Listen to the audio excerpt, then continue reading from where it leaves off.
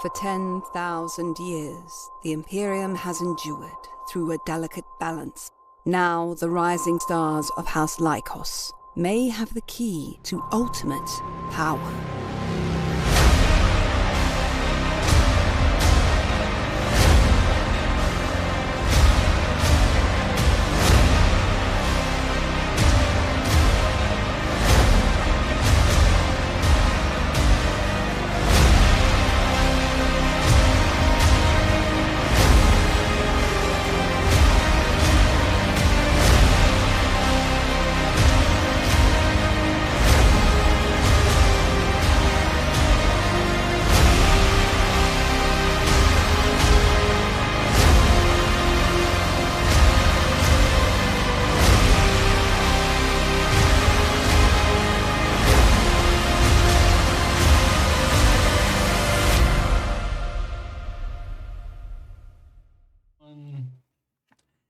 Hello, everyone. Welcome. Thank you for joining us for session 3 of Apostates of Dune, our Dune Adventures in the Imperium actual play here on Happy Jacks RPG Network.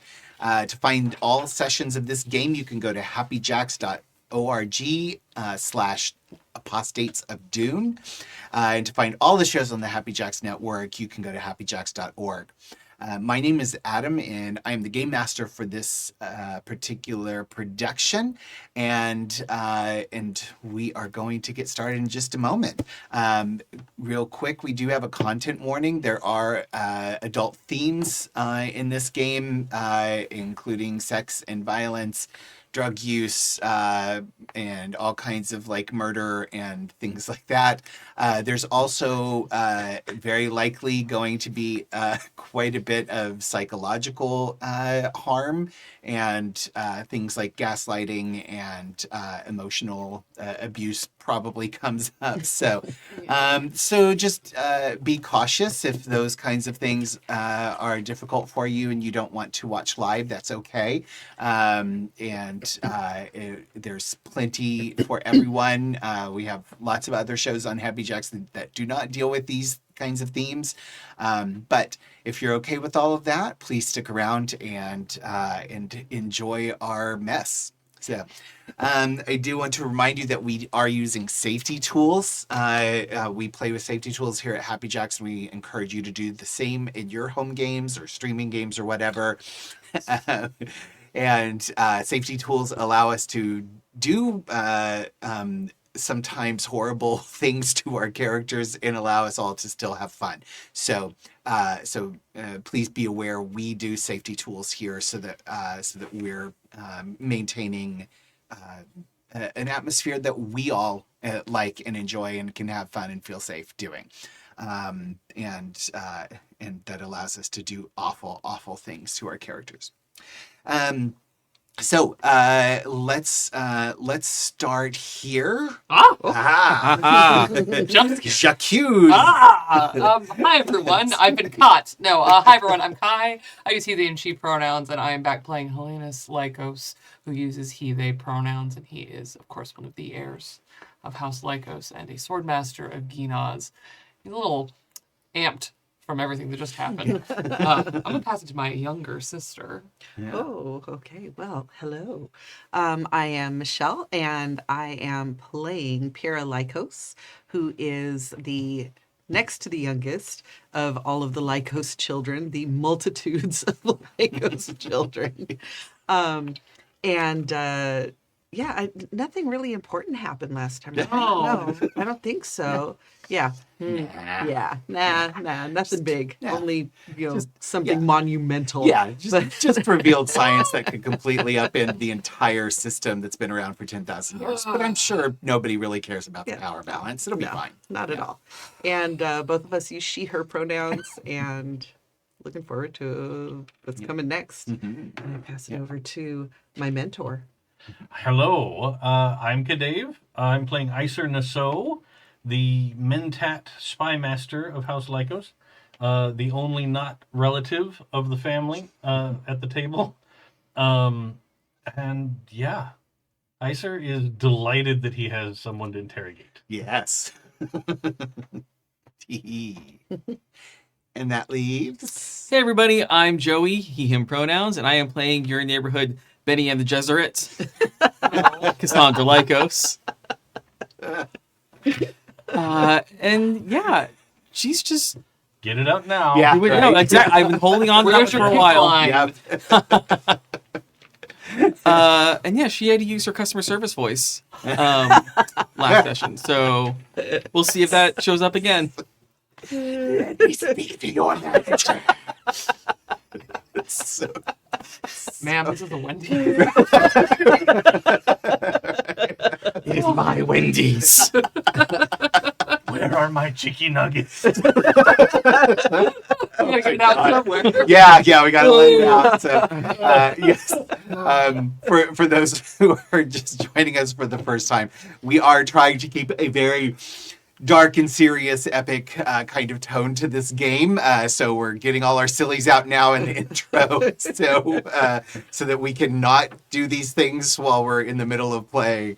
It's hard for us. Bear with us. We like really bad jokes around here.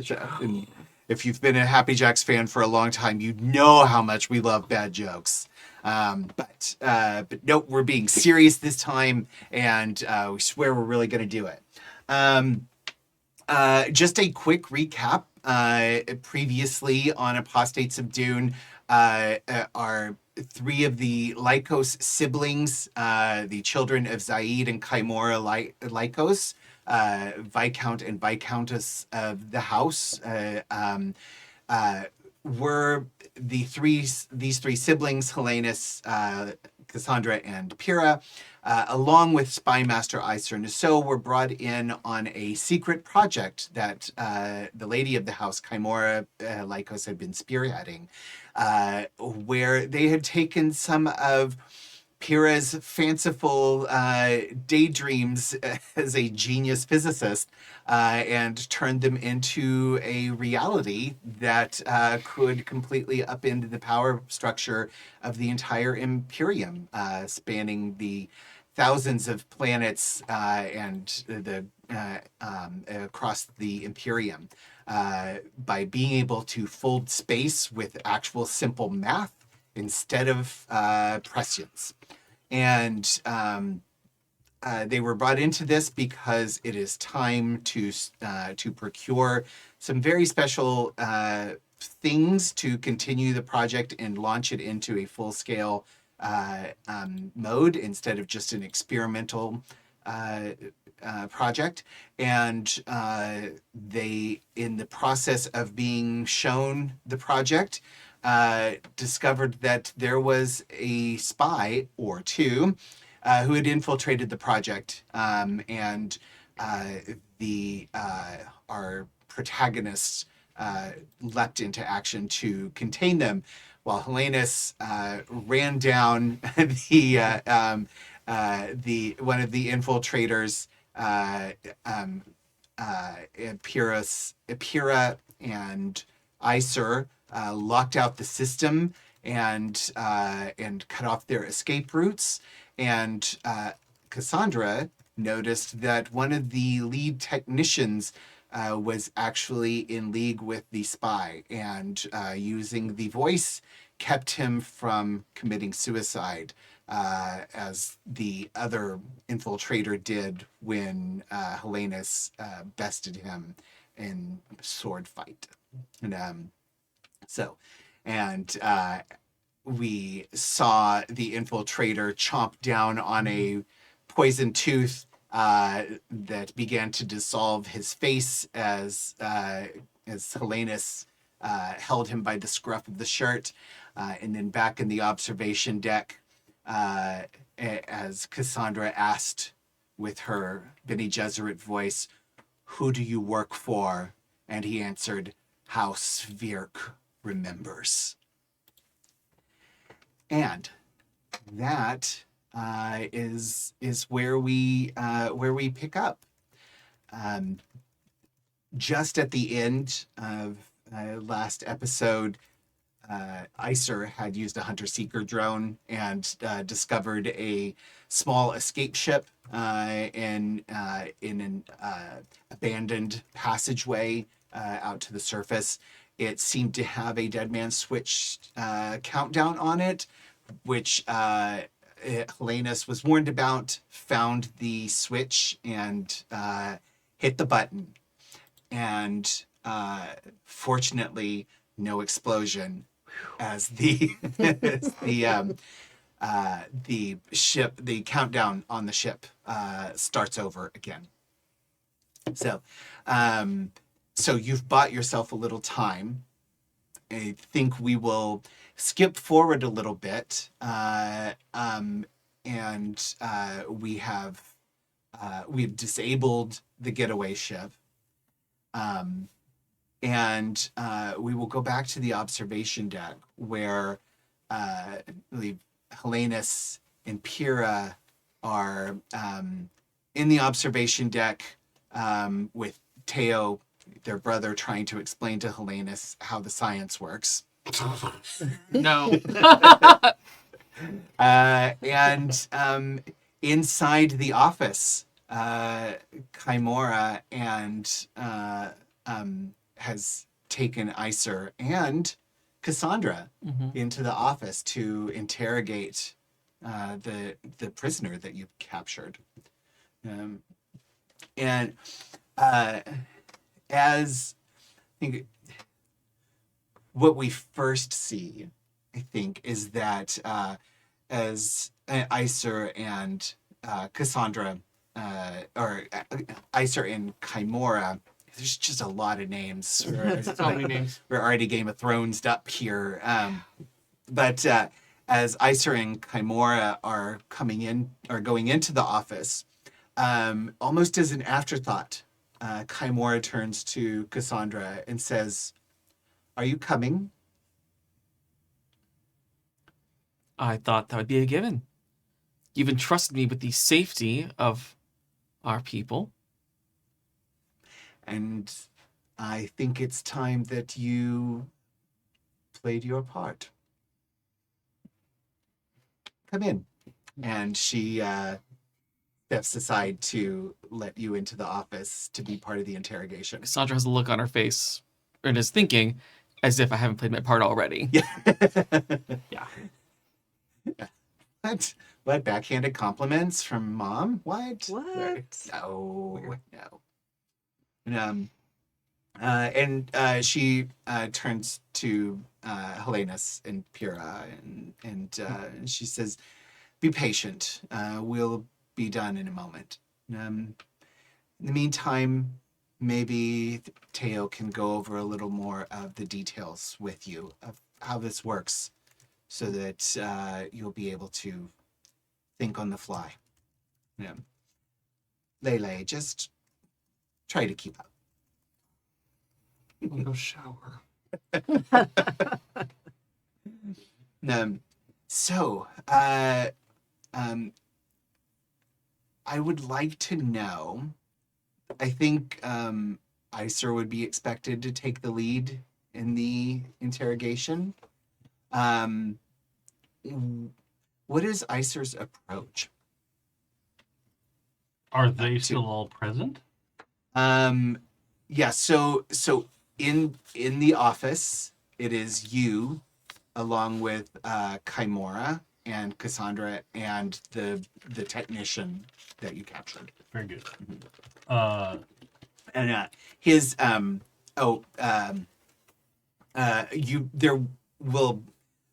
you see a little blood around his mouth from where from Chimera basically reached in and snatched that poison tooth to make sure he can't activate that. But otherwise he is sitting there. And then a meta level question. Mm-hmm. What do we call the Verkeens? What's our consensus on what them as a group are called? Or just the Verk? I would say the Virk. Yeah. Okay. Mm-hmm. Yeah. Very good. Mm-hmm. All right. Yeah. Virk or Verk, depending on your accent. Yeah. Yeah.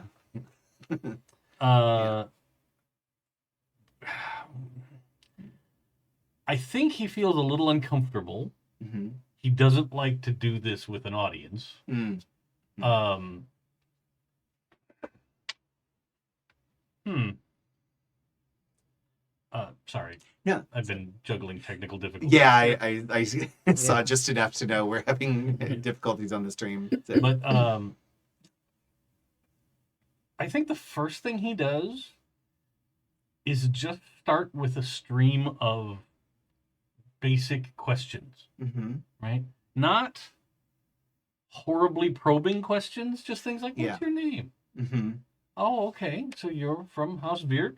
Whereabout did you grow up? You know, do you have any hobbies? Do you like things? What's your favorite color? What?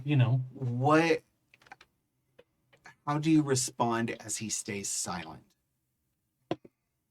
I Trying think to- I ask these questions as I keep walking around him. Oh, mm-hmm. And just so everybody knows, both at the table and on the stream, we're not going to go into detail on an interrogation.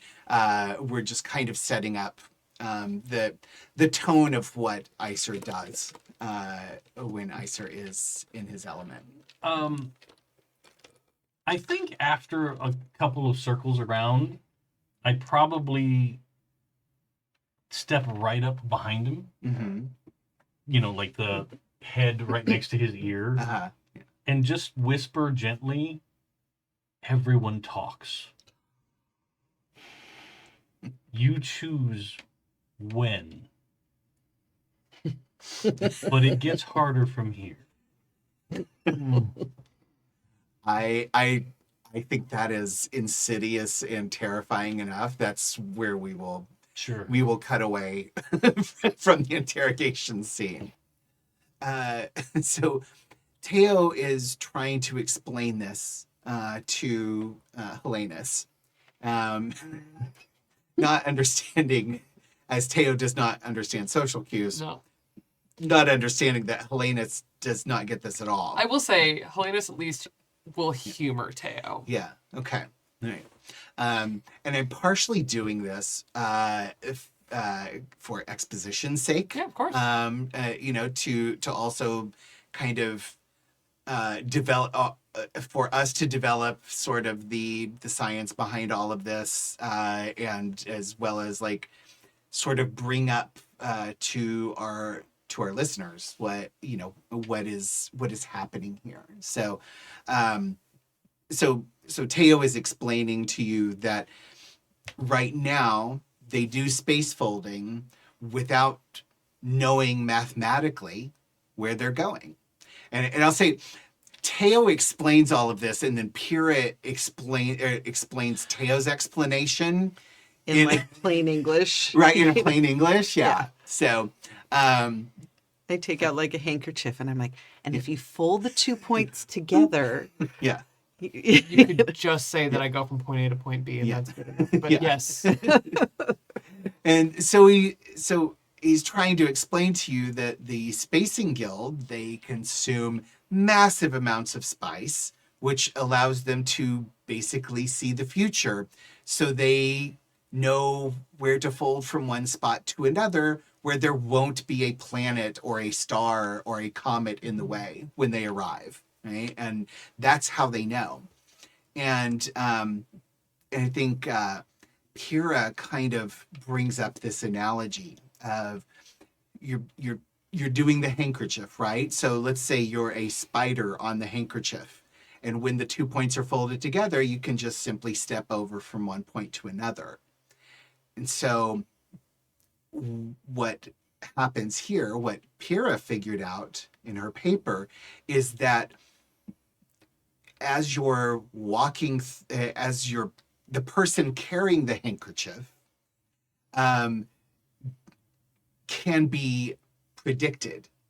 And if you know how tall the person is, how fast they're walking, where they're headed, how much they weigh, all of these other things, then you can predict through math when they're going to fold the handkerchief as they walk down the hallway. Does that make sense to Helenus at all? No, but he gets. I think that he tries. Sure. He tries, and then the moment that they start talking about the Spacing Guild, the needle in the record starts to skip. Yeah. Because it's also for him the thing that he cares about more in this situation is he knows how much spice the Spacing Guild needs to function. Yeah. And so he's thinking about logistics and Right. and like war munition numbers and things like that he is more aware of and understands, and he can't compute that with folding a handkerchief and walking down a hallway with a fighter. Right. So he's like, no. Yeah. But he's kind of nodding. Yeah. He knows how to do the, like, I'm wealthy and people have explained a lot of things to me that I don't need to know. Nod, yeah. he's very good at it. Yeah. Yeah. Okay. And I know, like, Michelle, you didn't get to come up with all of these like physics theories and everything, and what is probably my complete lack of understanding about physics theories as I piece all this together and come up with something off the wall. But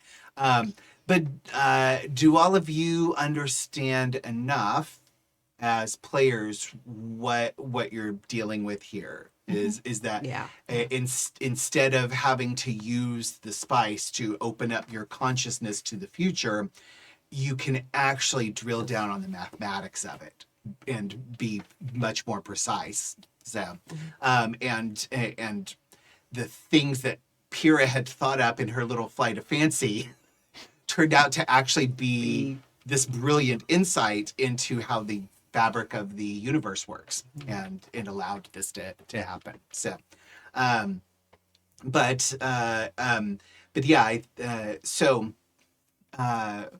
after Importantly, also while avoiding thinking machines, Yes. Yes, that is true. because even our family is still horribly Yeah, put well, up absolutely the whole not. idea. Absolutely That's not. still Yeah. very Yeah. sacrilegious. Yeah. Yes. No. Thinking machines, absolute no. You don't even entertain that idea. No. Even just thinking about thinking machines is cause to get your face slapped. And you all know, like, your parents are big believers in the Butlerian the Butlerian goals, and the Great Convention, which established that there shall be none. You shall not make a machine in the likeness of a man, or in the So this is very ingrained into all of you. You cannot allow machines to be capable of doing this kind of math, because then they can develop thoughts and agendas like the ones before that had enslaved the human race for millennia.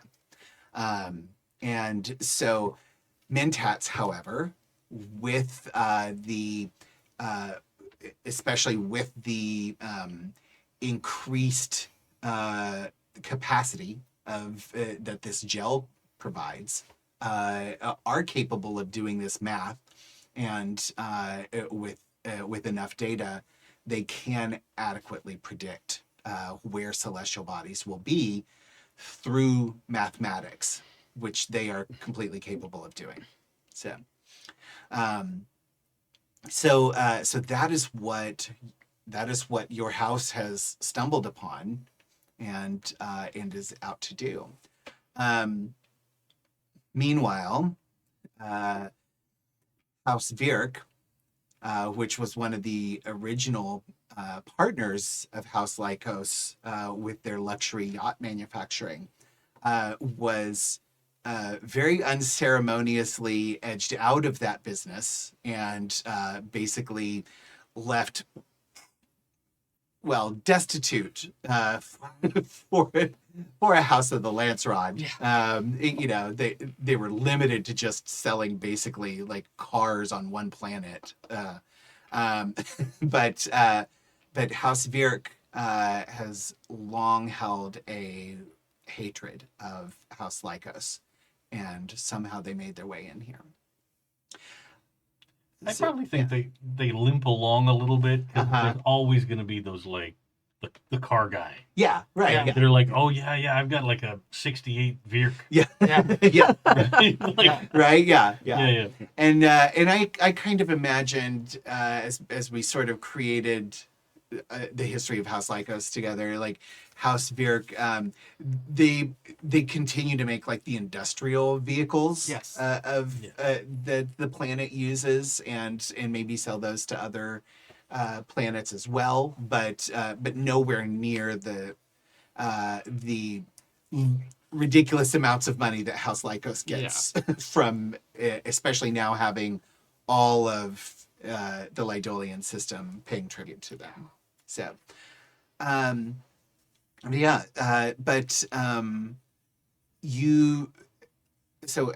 little while later, let's say like 2 hours or so later. Okay, yeah, Helenus definitely at some point like, Yeah. Teo, this is great. I'm gonna go.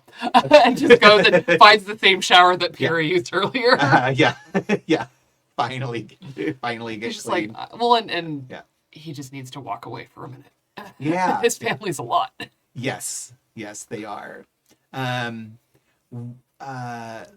see.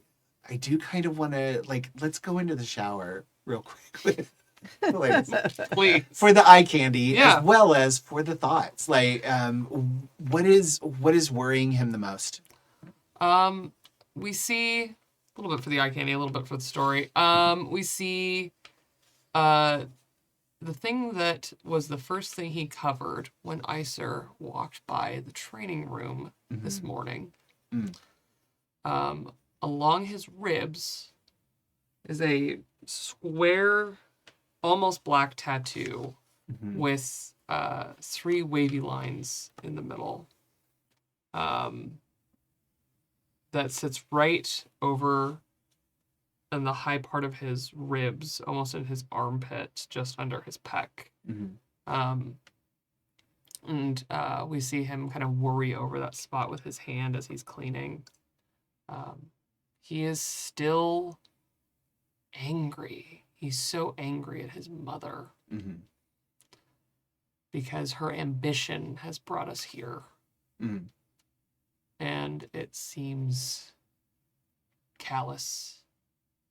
But there's more than just his frustration as he thinks about the damage that she has done and will do. And it isn't even about the safety of House Lykos. It's about who he cares about. Okay, I like that. We come back to the observation deck. As Iser and Clemora and Cassandra come out of the office where they've had the interrogation, when Pyrrha glimpses the spy through the doorway, what does he look like? And it's perfectly acceptable to say he looks totally normal and not, but is there expression? Is there evidence of? I think I'd be curious during our time in there. I'd be curious to ask if Cassandra wanted to give it a try. Oh. Because I don't think you've ever seen me do this. No. Yeah. I think you've talked about it or hinted at things. Yeah, I've explained techniques and strategies, but specifically, I'm curious about you exercised this control over this spy already. What else can you do? I like Because this. that's the if you agree and do that, and we get information that way, yeah, it looks all right. If you don't, it's gonna be worse. Might have to see. You might have to see some things you can't unsee. Yeah. Would you like to use the voice? I know you want me to use the voice. Yeah, I want you to use. Yeah, look at that face. They're like, I don't think so. Okay. I think because the way her mother has been acting about her training, she's being a little more coy with it, not wanting to reveal all of her cards. Yeah. So I think what she does is she says to Iser, I would much prefer to see you in action and act as a failsafe. Catch any untruths that may slip by. There will be a great many at first. I think probably the thing that you see when the door opens is that I'm tucking away like just a horrifying looking knife. Just putting it back in, and it glowed a little bit because it carries a small charge. Yeah. Good for stopping bleeding. Oh, Starting it and stopping it. Right, yeah, that's what that's for. Cause and repair. Yeah. You know, it's fine. Yeah. So probably like facially he looks fine. Yeah. I've probably, as every good torturer goes, you start with extremities. Yeah. And work your way inward. Yeah. Until they start to discuss things. So if you look at his hands and his feet, just mangled, right? Yeah. Just horrified. Flayed fingers and things like that. Yeah. But And everybody feel free to say if you get if yeah, anything yeah. goes too far, we'll pull back. But I want to do a skill test let's go. to see how effective this was. We all know in real life torture is not an effective interrogation method, but it works in the movies. So we'll see how it worked or not in this situation. I think this is this be understand or communicate, or actually, yeah, I feel. Actually, I'm going to say it's discipline. Oh. It's a discipline skill test. And you can use whatever drive you want.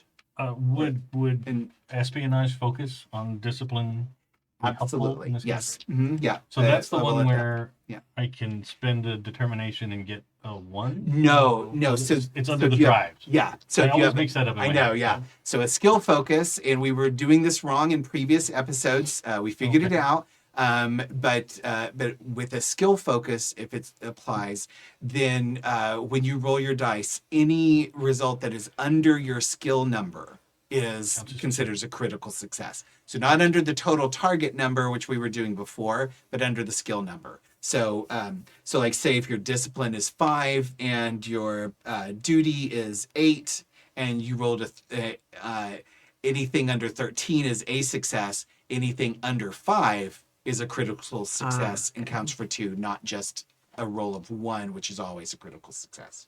So yeah. So but yeah, espionage does work there. Okay. And then yeah, I'm going to make a case for duty in this case, but not for the reason that you think. It's not because I'm doing my job, but because I am not going beyond my job. Oh, I see. Okay. Yeah. Like if no one was around and it was Yeah. just me to my own devices, I'd probably go power. Oh, yeah. But Okay. does that make sense? get Yes, that. yeah, Well, it does. I'm going to because I'm going to allow your asset to give you another D20 Okay. onto that roll. I'm not sure that's how it works, but I think it's assets are supposed to can make things easier. So yes, an extra D20. Okay. We'll allow that. And then Cassandra, I'd like you to make an understand roll. Yeah.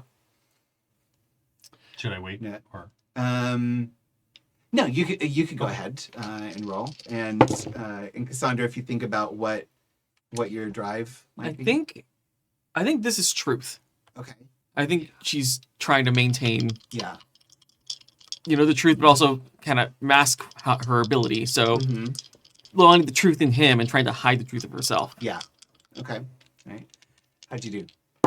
6 successes? 6 successes. What the? Wow. Whoa. I rolled 3 dice and all 3 were under. Oh no! All 3 under 5. Only or one was the- under. I'm sorry. Oh. 4. Yeah. So 4. Still, Okay, my that's bad. a lot. Still, Yeah. that's still a that's lot. pretty amazing. Yeah. Okay. That's a 4. Okay. Yeah. And I got 2 successes. Two It would have been successes, 6 okay. last episode. Yeah. Yeah. Okay. Fixing it is 4. Right. Yeah. Only. Only Only. 4. Yeah. I was worried, actually. Yes. Discipline for me is not great. Oh, okay. Oh, interesting. Yeah. So you're able. So I'm gonna let you ask, what were the most important questions you wanted to take away, or you wanted information about, and I will give you 2 questions, and I will Okay. answer them truthfully, and I will give Cassandra 1 question. Yeah. So, and you don't have to, like if you've got your 1 question first, that's okay.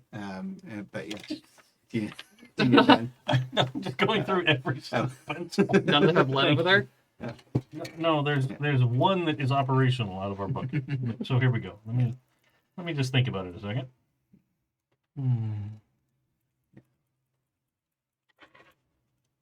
It's funny, as I had one Uh, before we started the night, now it's gone. now it's gone.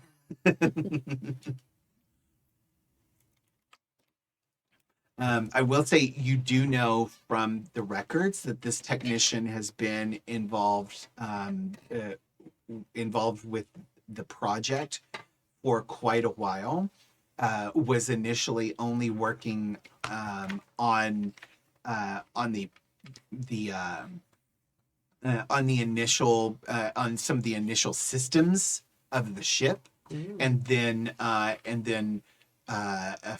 few about a month or 2 ago was brought in to the development core, and is one of only 5 people or 5 or 6 people who knows what's really going on here, what they're really doing. Yeah. Okay. Yes. The first question is, are there any other agents here? Not just in the yeah. control room, but on the moon. Here, meaning on the moon. Yeah, Yeah. there are not. Okay. No. It was him and the infiltrator, who he brought in. He was able to get in as a mechanic a week or so ago, and got him installed here and in place. Perfect. The second question is, who is your handler? My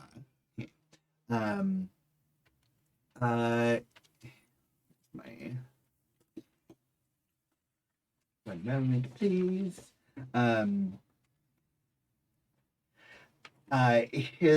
His handler is Simon Groos, who you know is the Spymaster for House Spirit.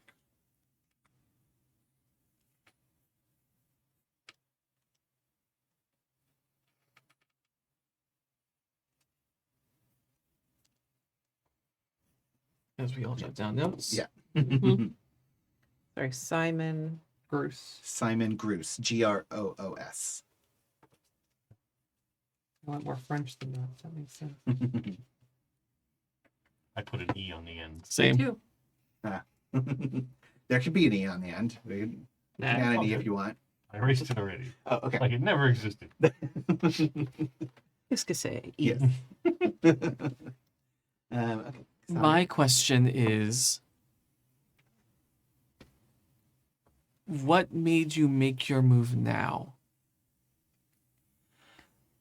Oh, that's a really good question. They decided to make the move now because he knew that Chimera was planning to bring in others. He didn't know who or what or who or how many, but he knew she was going to bring in others and wanted to try and get the data out before it got even more complicated. And actually what you understand is he assumed that when others were brought in, it probably meant he was going to be killed to make sure he, like his shift was over basically. Like he thought he thought he was going to die today anyway. And, How strange a self-fulfilling prophecy can be. yeah. So, are you okay? Yeah. Okay. All right. Yeah. So, Pyrrha, is there anything you wanted to learn or do before you move on from before you're moved on from the I think I facility? just want to emphasize to Delphina Mhm. how important encryption codes are. Wow. And show her how to make an encryption code that can't be broken. And do it in the most smart ass way possible. Okay. Yeah. Calling her Fina the whole time. Yeah. Yeah. Because I'm a little pissed that she would have been so negligent. Yeah, in that regard. Yeah. Little sister energy all the way. Yeah, God tiered little Yeah. sister shade. Yeah. Did I tell you I'm a youngest child? Right. Oh yeah. Yes. So am I. I know how it's done. I do want to let's do a little skill test as well. Okay. Though. Just to see how effective you are, how well or unwell she takes it. So I believe this would be a communicate Okay. test. Communicate and... And it sounds like power to me, but I'll let you Yeah. you yet another. Now, under communicate, my focus is charm. Would that... Cute little sister. I can bite you and make you laugh Yeah. while I'm biting you. Yeah, let's see if you can get away with this. Okay. Yeah, I'll allow that. So that means if I get under my charm or under my communicate, then Under your that's communicate two. skill number, yes. Ones count as 2 successes, and anything under your communicate skill counts as 2. Ooh, I missed on both. Oh, no. No crits, but I missed on both. Oh, Okay, that's funny. all right. So I just- did not charm her. Yeah. Yeah. Yeah, I'll say like she is visibly irritated with you. So it's kind of a success anyway. But as you leave her seething, you kind of wonder if you maybe went a little too hard and she didn't actually take any of the lesson that she needed to take. But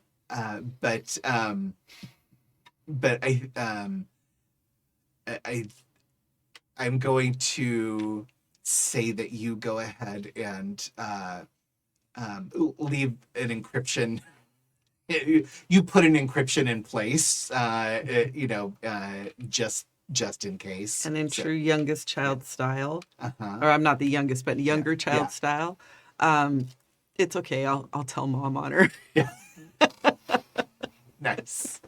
Brutal. That is exactly how it works. Yeah. Yep. I used to antagonize my older brother in a different part of the house.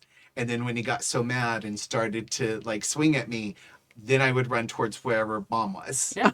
It's the right move. Yeah. It is, By the time you absolutely. get to mom, he looks like the aggressor, and you're her precious little angel. Never done anything wrong. Nope. Me? Yeah. Really? Yeah. You never do that. So cease. We're going to skip forward a couple of days. Oh.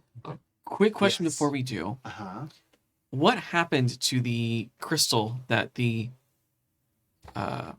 spy had? Oh, the data crystal. The data crystal. Helenus recovered it. I took that man, shook him upside down, and took Yeah. all of his lunch money. So. Okay. Yes. Yeah.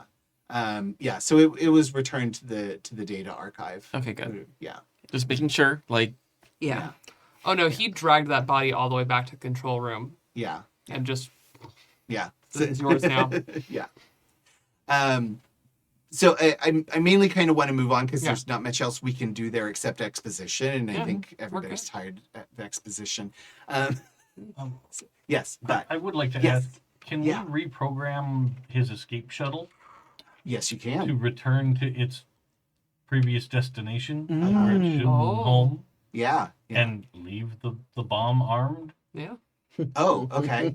Yeah. Yeah, I think Tragic Helenus has accident. just been pushing the button and eventually gets it back to Iser when he Yeah. reappears. He's like, this is We yours. can put the Mhm. the infiltrator Yeah. in it, Oh, you're Send gonna. it back. and then And send a it- horrible accident. That device must have malfunctioned. Mm. Oh, Okay.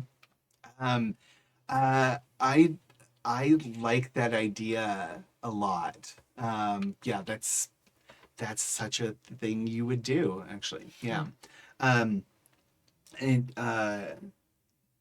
why don't you give me a discipline roll for espionage as well? But I'm gonna spend 2 momentum to make it a little harder. So so I need 2 successes. okay. If I knew Yeah. this was happening, Helenus Yes, wouldn't you- necessarily like. He would be there, like if Iser needed anything, because this is almost in the realm of things that he thinks about. yeah, So he's just like, I think he's like carrying the body and putting it in the shuttle, Yeah. and is on Fantastic. standby. And if something goes wrong, Yeah. I can help. Yeah. Okay. Yeah. Great. Would you like to roll an assist roll? My plan is to actually use an ability that I have. Oh, okay. If it goes poorly, I can bolster the situation with my discipline. Oh, got it. Okay. Oh, that's fantastic. Nice. Fantastic. Ex- And That's why people like these Swordmasters of Genons. You see, they Yeah. have Are we skills. tracking where it's Yeah. going back to? Yeah, we Because can. he's got to be meeting. It's got to be meeting Mhm. a ship somewhere. Yeah. Yeah. Yeah. I mean, this is where do they reside? Like, Yeah. where is the? so House Virk has a compound on the planet. They have several factories as well, several office buildings, Okay. including an office building in the capital city. But they have a compound in a city on let's say it's on the Western Hemisphere, the Olympia, which is the capital city of Lydolia, and now the location of the palace of House Lykos is on the Eastern Hemisphere. So, yeah, Well, it would be with our resources we could easily track where it was going. yeah, absolutely. Now that Yeah. we know what we're looking for. Yeah, yeah, you have all of the capability of doing that. What you would, and you would, if you succeed on this, you will be able to tell like where it was programmed to return to, Okay. and you can change that or not. I guess it's probably going to be discipline and truth, Yeah. Mhm. Mm-hmm. because I'm trying Or- to find out or I almost think power. Is Power? the- Okay. Yeah, Sending it back. Yeah, you're sending a Okay. message. Yeah. Fair I enough. would, yeah. That would be my guess. F you and and your the ship you espionage rode in on. focus certainly works. Yeah. Okay. Keep rolling way out there, and then I have to bring it closer to look. That is 3 successes Nice. Ooh, okay. All right. because I got a 2, so Yeah. that's under my discipline. Yeah. Okay. All right. So Helenus, you dump the body in there, and you're able to reprogram the shuttle, and it's like it's a very small kind of ship. It's like basically a one-man pod essentially. So, but you're able to reprogram it if you want. So it is currently set to go to to one of the House Virk factories on the other moon of Texir. But you could reprogram it to go to a different place. You could reprogram it back to their compound or to their office building in Olympia. or like Uh, Simon Gruce's personal office. You know, like, Dear So- Mr. Bruce. yes. no. Yeah. I like the idea of it going back to where. Doors Is it the Where it was chance supposed to go. that Simon's there Oh, waiting. waiting Yeah. for whatever it is? And there's also a good chance that it'll do some damage and cause them disrupted operations Yeah. Yeah. Mm. Mhm. without hurting anything on the planet. Right. Yeah. And a weensy bit of plausible deniability. Just Yeah, a tiny exactly. baby Yeah. bit of it. Yeah, Right, yeah. we didn't do anything. It must What? have been your inferior shuttle. Sorry. Yeah. Yeah. You know, his hands were like that when he climbed in. We did No. put the little trigger in the dead guy's hand, Oh, Yeah. yeah. like the yeah. little dead man switch. So Yeah, he's yeah. got it. It's all there. Yeah, You can piece yeah. it all back together. Right? Yeah. Yeah. And you can program it so it sets off in a proximity instead of, you know, or like as it reaches certain coordinates Yeah. instead of When it docks with an airlock. yeah. Mhm. Terrifying. So I just realized, so we had some successes that I have so yeah. much momentum. Yeah. So earlier you got 4 successes and only needed 1, so that's 3. And you got 2 successes and you only needed 1, so that's another point of momentum. And then this was 2 successes and you got 3, so that's another point. So okay. Does it go away at the end Yeah. of every session? Yes. Yes. Oh, okay. Mhm. Yeah. So we have how many right now? So right now you have 5. Yes. Yes. 5. It doesn't really pay to bank up a ton. No, I Yeah, would. it- It matters to me because I can spend a lot of it really quickly. Yeah. Yeah. Yeah. I have the ability to spend a lot of momentum in one action. Oh, nice. Yeah. And like generally, like you will Yeah. build it up. That's yeah. like me with money. No, I could spend a lot in one action. yeah, me too. Yeah. That's it. Yeah, so not surprisingly, there is no news about about any kind of infiltration. But there is a news item the next day about an explosion at one of the Virk facilities on Texir, and it's dismissed as a maintenance accident. No one was killed or injured. You know, but there was a scare, and they were able to contain the problem. Yeah, and everything's fine. There's no war in Bossy. Ugh, God. I think I'd probably send, like, well, you know, if your factory needs assistance, I'm sure we could send some workers to help. Okay. Yeah. Kind of message. Yeah. Yeah. Yeah. They don't answer. They don't respond. That's surprising. Yeah. Yeah. It was sincere. Yeah. They just all would have been agents of mine. Yeah. Terrifying. Yeah. Yep. But yeah, you can probably reassign some agents over there anyway. Yeah. So over the next day or so, Kaimora and Zaid, your parents, your employers, they do, they do express like some serious concern, and you all have breakfast the next morning, and they talk about it, and Zaid says out loud, if House Virk is declaring an actual Canley on us, then this makes our work all the more important.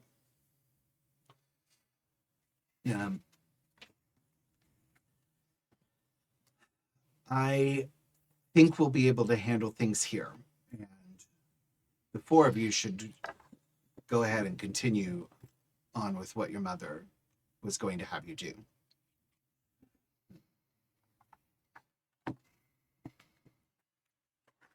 You seem concerned, Helenus. My job to be concerned. And I appreciate you for it. But don't worry, we'll contain things here. And you should save your concern for your mission. Mm. Mhm. Do not worry, brother. We will have fun on this mission. It's been so long since we've gotten to go off-world together. He looks like he's never had fun a day in his life right now. Yeah. Thanks to Iser's information network, we have discovered that the scientist, the Telex, the Tlay, I would say Telex. I know you did. The Tlaylaxu scientist who developed the gel is going to be at a symposium on chitin over the next few days. We have arranged for Odysseus to take his family on a little vacation. And It's just advised. it's actually very smart because Odysseus will be taking the brand new Z100 series yacht. And it will be quite advantageous for us to have it parked for a few days at the private spaceports on chitin. Yeah. What it means for all of you is you get to ride in luxury to the heart of the Imperium to find this scientist and get what information you can. Has it been outfitted with child-sized restraints? It has all of the best safety features. As you know, the Lynx line always does. Besides, I thought we were going to have fun. Helenus says only to Cassandra. You know a better way to have fun than restraining those monsters?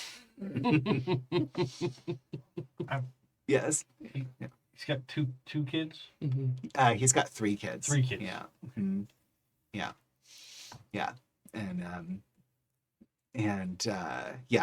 he's married to a daughter of the Richeses. Right. Yeah. Yeah. Which, we don't know much about her yet. What do you all think of her? How long have they been married? They've been married for a minute. They've been married over 10 years. Yeah. So they were married Before we left. before Helenus and Cassandra left. Mm-hmm. Because they're the oldest son is about 11. So I guess they've been married probably like 15 years, maybe. The oldest son's about 11. They've got another son around 7, and then the daughter, like maybe a 6-year-old. So. Hmm. I would probably think she's about as lame as Odysseus.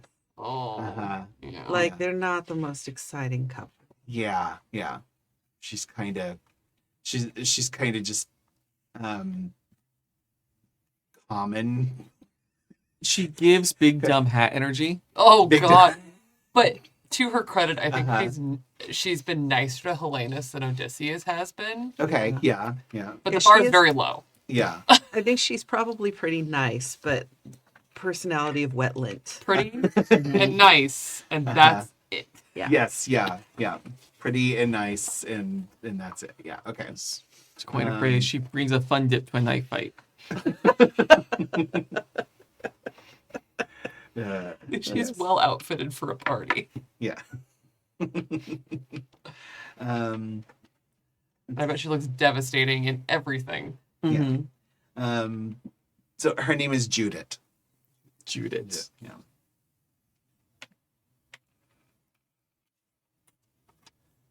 Judith Richesi, now Judith Lykos. Yeah, I picture it as one of those like trying to make nice when we were like kids when they were getting married. So it's like, oh, we were the cute children around the house. Mm-hmm. Yeah. Or we were just the children from the innocents. Yeah, real. The Highliner is scheduled to come tomorrow, and we will Odysseus will be taking the yacht up to the Highliner a few hours before it leaves tomorrow, and the four of you will be on it. They will they will let you as when you reach Kaitain, you'll want to procure your own transportation around the city, around the planet if needed. But you shouldn't have to go too far, as the Central University is going to house the symposium. If you can find Inuna Kwan and buy the good doctor or buy her knowledge, please feel free to make this as easy as possible. If she'll accept employment, bring her back here with you. Pyrrha, perhaps you can entice her with the incredible breakthroughs that will be possible from this project. What has our family's interaction with Dr. Kwan been thus far? None thus far. We procured the gel through a third-party medical supply brokers. I see. We have some possible leads to procure more of it, but we have yet to set up a plausible reason why we might be interested in such large quantities. So it'd be easier if she will come to us and give us the information to reproduce it. And money should buy a lot of science, I would think, as always before. I can't always, I can't, like, just tell her what we're doing. So I need to have a plausible backstory as to why we need her. I've been thinking about this. Perhaps we are trying to break into medical pod technology. Taking the luxury of our yachts and bring that luxury and comfort to people who need these sensory deprivation tanks and such to elevate them. And what better way than Dr. Kwan's gel? That could work. I like that. I like that. A mind spa. Certainly Sounds more lovely. effective than those Caladan salt rooms. At least they're pretty. And we can rave about how much good it's done for Teo. Exactly. Yes. Yeah. Yes. Altruism seems to be the sweetest temptation. Also, it's good. Don't get hung up on technicalities, Lele. Do we have an invitation to the symposium, or are we to find our own way there? Oh, I feel like you're creative enough. You should be able to. Cassandra. We have ridiculous amounts of money. You don't need an invitation.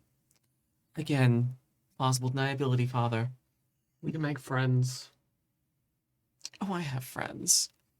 Non-sisters. I could call. Yes, I think I know exactly the person. I have friends. Friend. People who aren't swords. This one's not. Your Aunt Isabella may have some ways to assist you as well. And if all else fails, Iser, assume your particular talents are capable of gaining entry to wherever you need to be. Indeed. Hopefully it doesn't come to that. Yes. Or worse. Kaimora sips her tea and she says, I know I probably don't need to remind you all, of the incredible importance of absolute secrecy. The reason Iser is going with you is that if anything should go poorly, simply present the problem to Iser, and he will remove the problem if you're incapable of doing so. And I think Chimera looks directly at you, Pyrrha, when she says, if you're incapable of doing so. Do you feel like you know why your mother would single you out for that?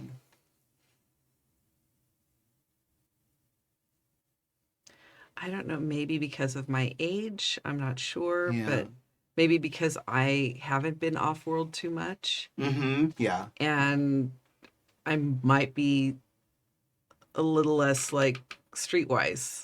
Yeah. Yeah. Mm-hmm. Yeah. Yeah. That's kind of what I was thinking is like, you're the one least likely to encounter a problem and realize that a quick murder could solve the problem. The three of us will kill Yeah, people yeah. about it. That's what I was thinking. Yeah. Yeah. I think, do you think that's what you pick? Do you think you pick up on that in implication? Probably, I think I would pick up that she knows, that I don't have a lot of experience Yeah. in general in life. Yeah. Yeah. And I think I'd pick up on that. Yeah. Yeah. Okay. I'm curious, how does that make you feel knowing that your mother basically just kind of said, hey, if you guys get into a problem, just do a murder about it. And Pyrrha, I know you can't do a murder, so just get Iser to do a murder for you. Like, does that or is that surprising to you at all? Or have you Knowing my mother? Yeah, No. Okay, so you've got this. I think I'm not so naive that I don't know this stuff happens. Yeah. I do know it happens, and I do know my family's been involved in some shady stuff. Yeah. Shenanigans, we'll call it. Yes. So I know, but I know all the major houses have had to be involved in shenanigans of one sort or another. But knowing how to handle those shenanigans or how to, instigate them or whatever. Mm-hmm. I mean, I think she's partially like, I'm a big girl, I could do this, but partially she's like, she doesn't want to admit it out loud, but she's kind of right. Yeah. Yeah. I'm the worst kind of parental right. Yeah. When they're actually right. When they're actually right, you're like, yeah. I like this. Yeah. I'm personally really excited to see how Pyrrha develops on that front. Given that information, that'll be fun to see. So, yeah, cool. Yeah. So you have about a day before you'll be expected to leave. Does anybody have anything they want to do or find out or plan before you go? I need to run out to a bake shop. Okay. And get a big box of all of the three children's favorite treats. Oh, okay. All right. Bribery. So that I can give them to the children to play outside of other people's cabins. Yeah. Brilliant. Yeah. Such an evil schemer. Perfect. Yeah. Well, I'd like to sleep. Right. Yeah. Yeah. I take earmuffs. Yep. Yeah. Okay. So you're getting treats for the children. Mm-hmm. Okay. And then I'll give you a +1 bribery versus children. Yeah. Yeah.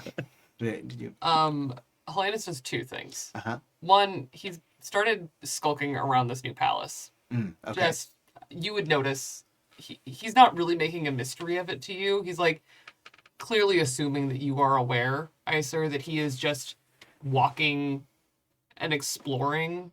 And he did a little bit of this when he first came back. But now that we've come back from the moon, he's started doing a lot more of it again. Like, perimeter check kind of behavior, but also going and trying to seek out points of entry and things like that. You notice he's casing our house. That's fantastic. Normal behavior. Yeah. You're casing your own house. Good, yeah, my child. good child. And specifically an eye on entrances and exits to the Viscount and the Viscountess's suites, their consort, anyone in that inner circle of the three of them. He perimeter walk. Yeah. Just a few times. Does it like once a day, twice a day. When he goes for a run, happens to take a little side route. Yeah. And I want to have you make a skill test about this. Sure. I'm gonna call this a battle test, because you're looking specifically for like tactical weaknesses or strengths, basically, right? Yeah. So, and for the reason that he is doing it, for the first time, I'm going to burn one of those momentum and use my statement for justice. Yeah. Even though on the outside it does not look this way, it is for the reason of his statement, which is the path of revenge is noble and long. Okay. All right. I am actually going to spend 2 threat to make this more difficult. So, 1 threat makes it 1 success more difficult, and 2 makes it 2 more difficult. So you need 3 successes. Okay, so I already have 2. Yes. Just need 1 more. It's going to be fine. You got this. Behave.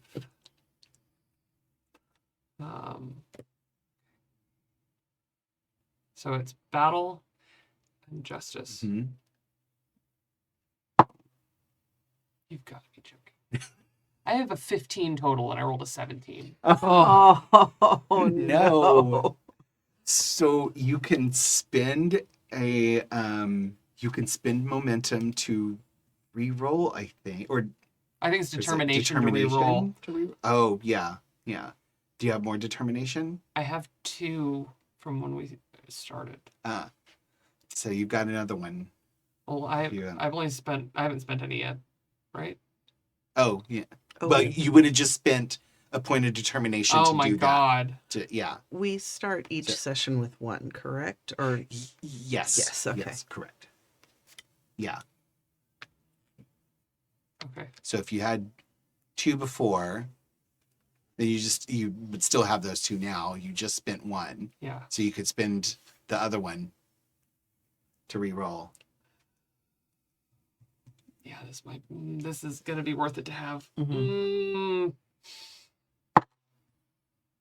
Okay, made it by 1. 14. I was like, okay. It's worth it. It's worth it. It's important. It is what we're doing. My acrobat is just not wanting to. There we go. Terrifying. Okay, yeah. So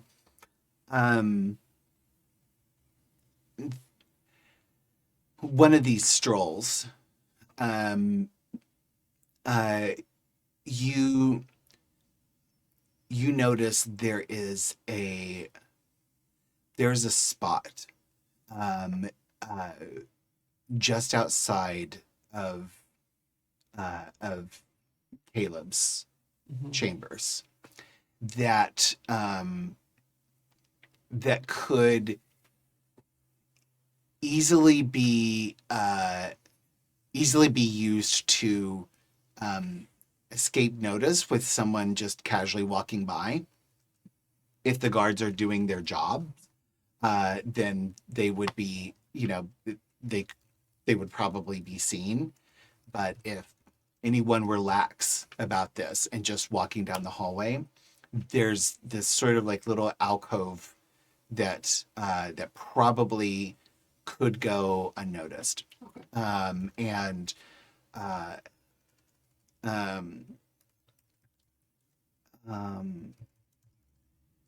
Yeah.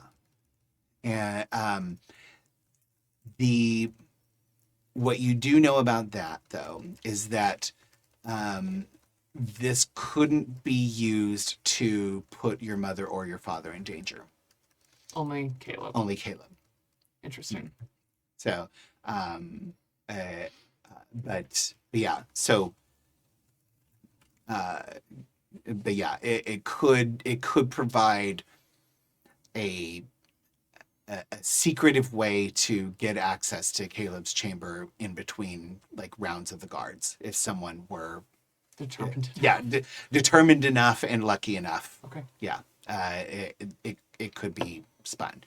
I will let you decide who, if anyone, you want to share that information with. That's for Helenus to know. Yeah. That's for later. Yeah.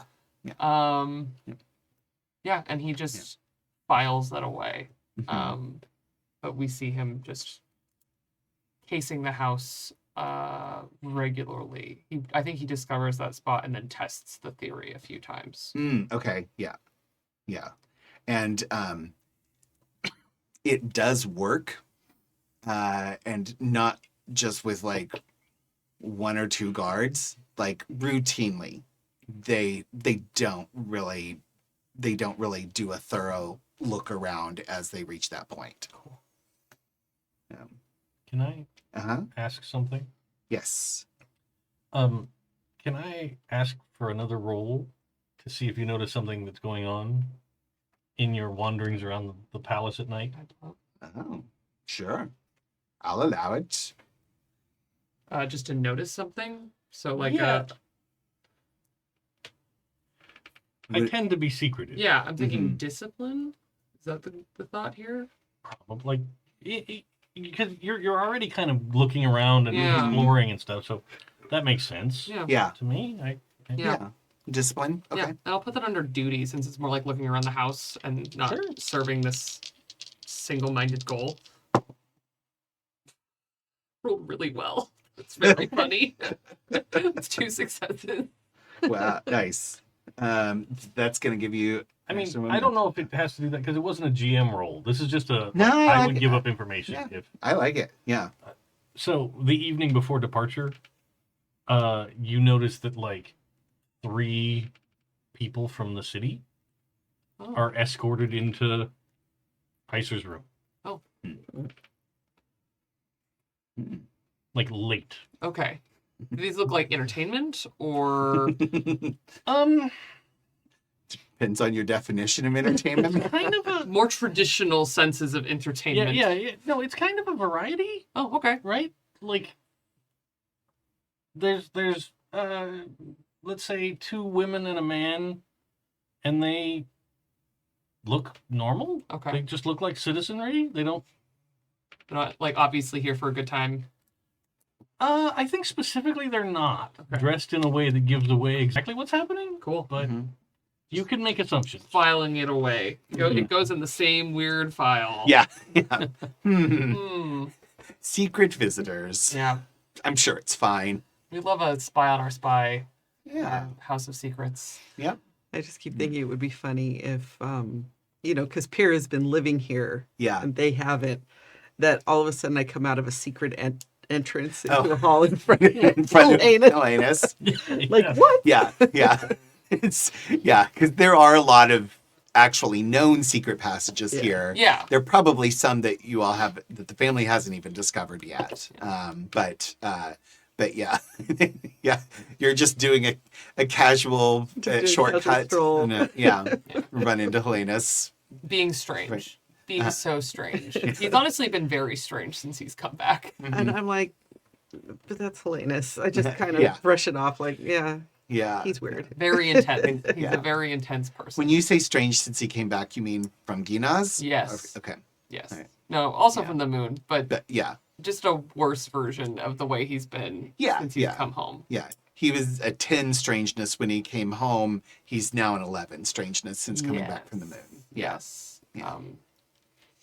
And it's funny, especially for Pyrrha, because he's always been kind of weird and aloof with her. Yeah. Mhm. There is He looks at you more, but only when you're not looking. But I think a little sister might notice that. Yeah. Mhm. Yeah. Interesting. Very strange man. Yeah. I love it. Yeah. Cassandra, is there anything you wanted to do? Yeah, I would like to have tea with my aunt. Our aunt. She's another sister. She's my aunt. Oh, that aunt. Yes. Not the fun one. Aunt Shia? Aunt Yes. Shia. Mm-hmm. Okay. I'd like to have tea with Aunt Shia and kind of express to her what happened when I had that vision. Okay. And see, like, is this normal? Is this a sign that I'm ready for Yeah. the trial? Like, is this... What is this? Yeah. So Shia is a Reverend Mother, so she has gone through the agony.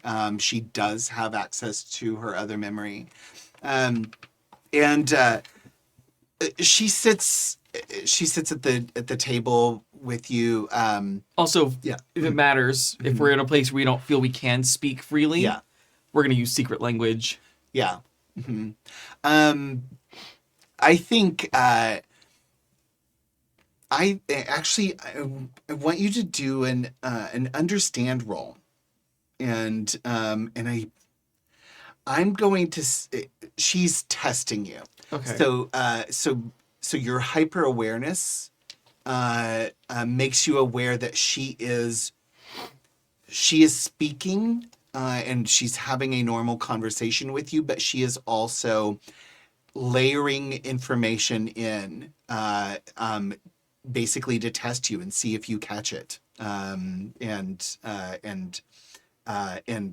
if you can layer in the answers back to her. Basically, she's doing a kind of double speak, Okay. and it's a technique that you know exists, and you have been given the basics of it. Let's see how well you do.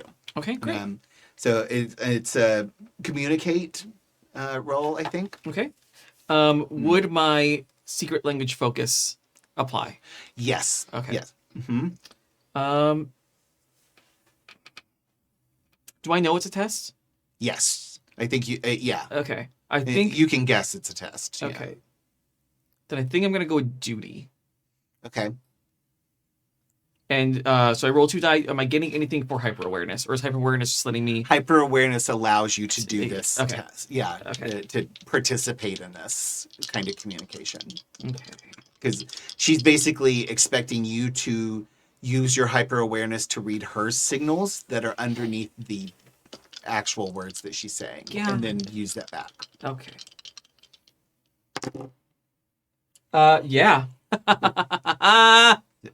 So that is 5 successes. Oh, geez. Okay. I rolled a 1, Yeah, so that's 2. Yeah.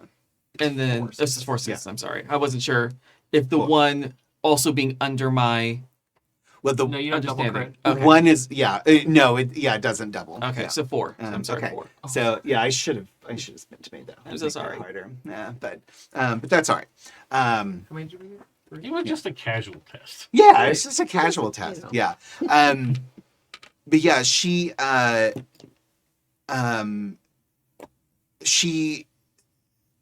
does, without showing any kind of expression, she does make it clear she is extraordinarily proud of you, and that she has seen your skill since you came back from Wallach 9, and is very pleased with how you learned in the sisterhood. She tells you that it's rare to have a prescient vision without having had access to your other memory, and while people who aren't normally prescient can have visions, it is usually overwhelming and bewildering to them. They don't usually have any clear memory of it afterwards when it's a true vision if they're not trained in how to process prescience. But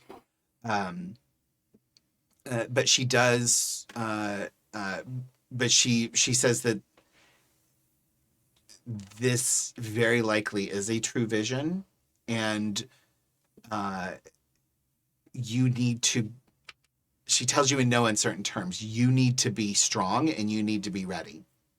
And when the moment comes that decides the path, you need to make the correct choice. She doesn't tell you what that choice is. Of course not. Yeah.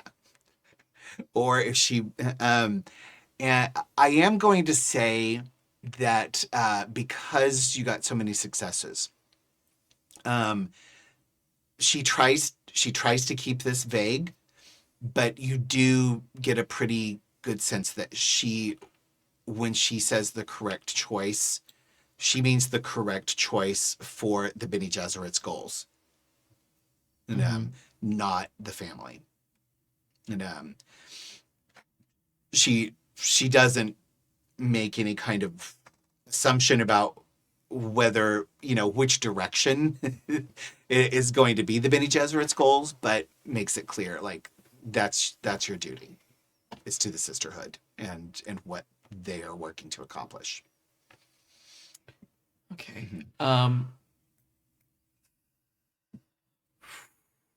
Yeah. I understand you're going to CADave. Yes. To keep Odie and his brood company. There's a great deal for you to learn there. Ask your Aunt Isabella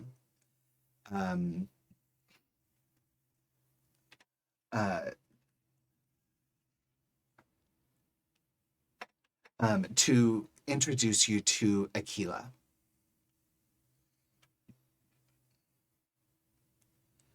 She's a sister, and I think that it is important that you connect with her.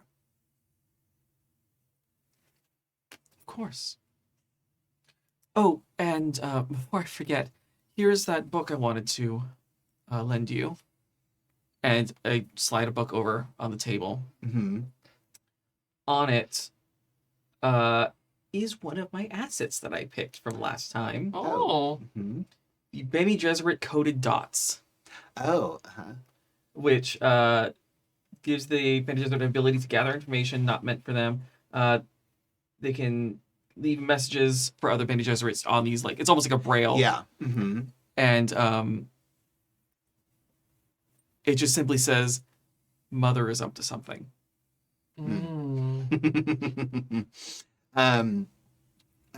She just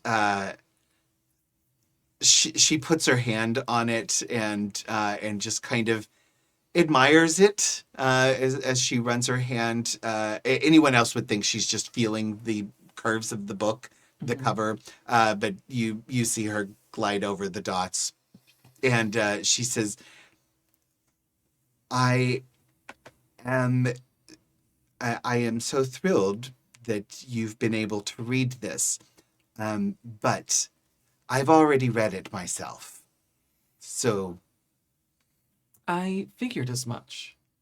However, wanting you to know that I have also read it, perhaps our next tea we can compare notes. See what each other thought of this. yes, I think we should discuss this further. And perhaps we might want to share some of this information with our sisters. But we will see. This story isn't for everyone.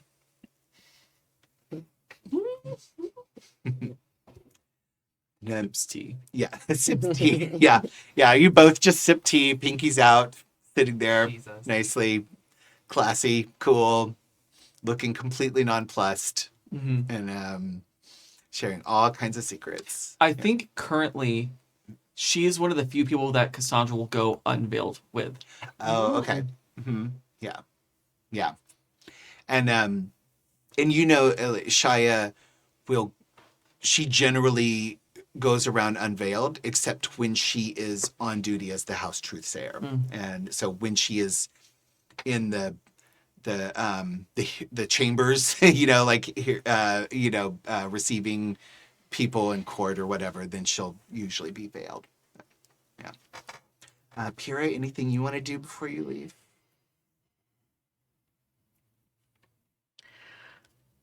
I think I want to do a little research on pods Oh, so yeah. that I can know what I'm talking about. Okay. Yeah. And just learn as much as I can about them so that I can sway this doctor Yeah. to work with us. Yeah. Okay. Yeah. Yeah. I think. You. Well, we'll go ahead and roll for momentum. I think, but this will be a 0 difficulty roll. Just because. But and because her work is pretty well publicized, and there has been some research, plenty of research for you to look at on this subject. Okay. But let's go ahead and roll a understand roll. Okay. And then I don't know. Yeah. Okay. I'm torn between duty and truth. Yeah, I mean, truth might be appropriate because you're wanting to get a sense of how much truth you'll need to be effective at getting her attention, basically. And then my focus is deductive reasoning. Yes, absolutely So, applies. Yeah. Anything under that. It's okay. Yes. Just getting the rules. Yeah, yeah.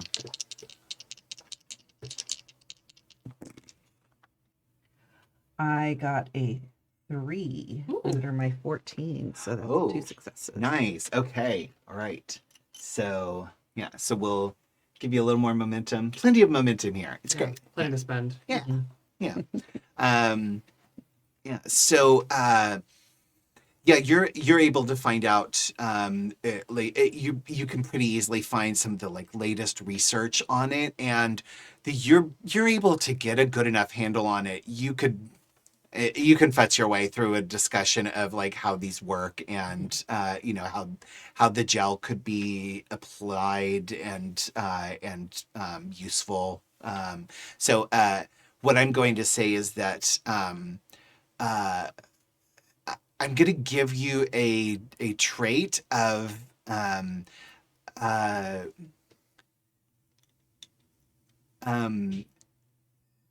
let's see, general science literate. Okay. So That's funny. yeah. So what we'll say is that's going to make it easier for you to interact with anybody involved in the science of this, specifically with Dr. Kwan, but any interactions you need to have with other scientists or people at the symposium or whatever, you'll be able to have a really good chance of bluffing your way through anything because you were able to catch up all this research. Okay. Yeah. What about a way that I could enhance the pods with the gel? Not just Yeah. not just this would work well with them, but if you partner with me, we can do this with it. Yeah. Yeah. I think you're able to find some of her papers about how she envisioned this gel being used for sensory deprivation, mental clarity therapies, mental and emotional therapies, and you honestly now that you know what it does and what the current what the current direction of this kind of pod research is, you can think of some very plausible ways where this could be applied, and and to the point, like, you start to realize, like, well, even if all of this doesn't work, this actually might be a legitimate business idea. Yeah. Yeah. That's funny. Yeah. Yeah, and you of course start to see all of the ways, like, your family will want to turn this into a luxury version, and like, it's not necessary, but you can see, you can see it, and All the yes, magazine ads, clarity by Lykos. yeah, Real. right, Well, yes. and think of like Yeah. addiction therapy, especially for the upper class people who can afford the stuff. Yeah. Right? Yeah. Yeah, exactly. Yeah. Let's see, that's one of the specific applications you see where there's easily an opening is this could cater to addiction therapy, and could be a legitimate reason to want this shell. Okay. Yeah. So, yes. I just have an annoying thing for the day of. We're yes. departing. Okay. Yeah. You get a knock on your door annoyingly early. I thought the children weren't arriving till 11. It's me. You know better. As she opens the door with a smirk. I thought I'd help you this morning. God knows I could use it. How Your did you... turn. Well, let's start with those. And I gesture at the gowns. He steps in, he sets down his one bag that he brings with him everywhere. Outside there is one other bag, because we're going to be gone for long enough, and we're going to a nice place where he actually has to bring real clothes. Yep. And he is a Lykos. Yep. Even though he likes traveling light. Yeah. He sets down his one bag and starts packing yours.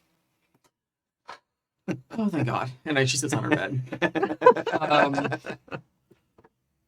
And I think this is the first time, maybe since you've been back, that you see him just kind of ease back into how he used to be. Mm. And he's smiling and just folding, packing. It's a lot of black. Well, it makes it easier to coordinate. Not always. That black is different than that black. Well, yes, there's that black and there's a slightly darker black. And this one's blue. It's black, but it's blue. It's a blue black. Okay. Oh, there you are, Hel. I've missed you. I guess. Everything's been so weird. Being back. Well, yes. But upward momentum does have a way of creating a bit of vertigo, doesn't it? Yes, like it's normal though. Just the fact that we're living in the shell of someone else's life. Don't I know it? And he closes off again. So, tell me of your adventures. And he starts to tell you fun stories about almost drowning while swimming between islands in an archipelago and jumping from trees and things like that. And he smiles, but that light that he had for a moment when he walked in doesn't come back. He packs. What's bothering you? Not everyone can tell, but there is something weighing you down. And from what I've seen, a soldier being weighed down is I'm used not to a nobody. soldier. Of course. Sorry. Does that mean to quote Mother in your presence? She did this. I know. She did all of this. She's putting you and me and Pyrrha, everyone on that moon, everyone in this house in danger. For what? She's reached too far. But I'm afraid we cannot retract the hand. We definitely can't. It is too late. And there is a shade to that is a threat. So what do you intend? Cut the hand off? Give it a sword? Doing my duty. But what is it you want?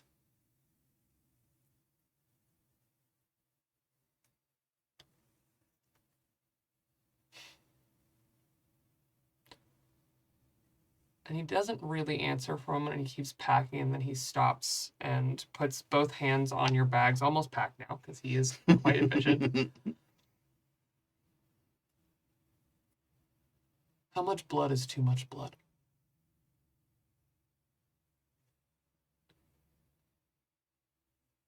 I suppose we'll only know when it's all gone. That's your answer. It's the truth. Okay. I think we leave them there at that moment. Really good. Thank you. That was good. Yeah. Yeah. I think you all arrive at this isn't the moon shuttle port. This is you're whisked away to one of the larger ports where your testing and development facilities are, and as you pass across the grounds of the facility, you see rising up at the back is the magnificent new the what did I say, the Z100 series, the prototype of the newest yacht from your family. It is quite a bit bigger. So if your normal luxury yacht is like a 30-footer, this is like a 100-footer. And it's and it has the absolute majesty of the Lykos aesthetic.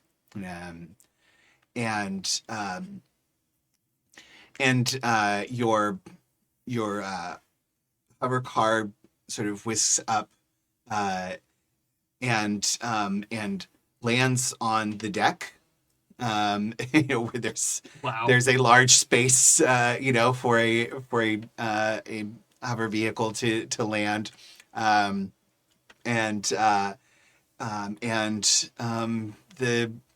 the chauffeur and assistant chauffeur, co-chauffeur, come around and open the door to the hover car to let you all out onto the deck of the Z100, where you see your father, or with Count Zaid, standing on the deck, beaming, proud, arms wide open, and your oldest brother Odysseus there by his side, also looking like he's the one who did all of this. He has big "What's up, nerds" energy. Oh, God. Yeah. But he,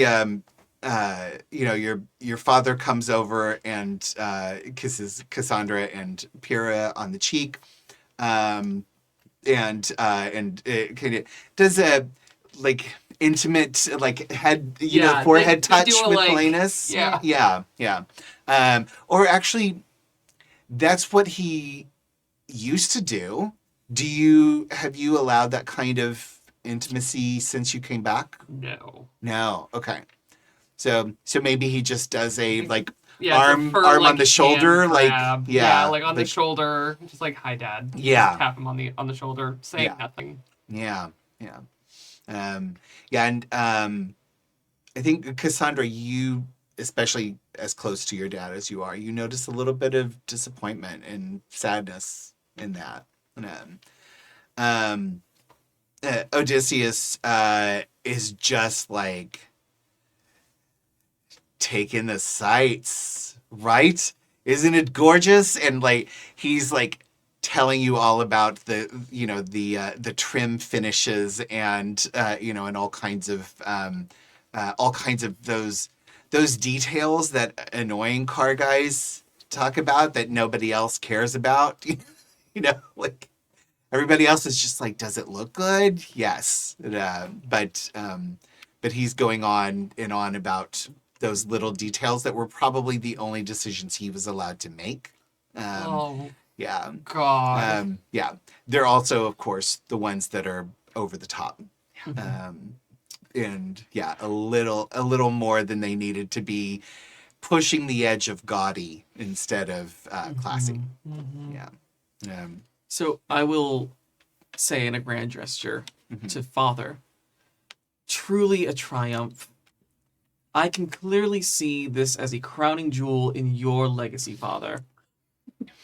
I think Helenus genuinely laughed. He's not even gonna try and stop himself.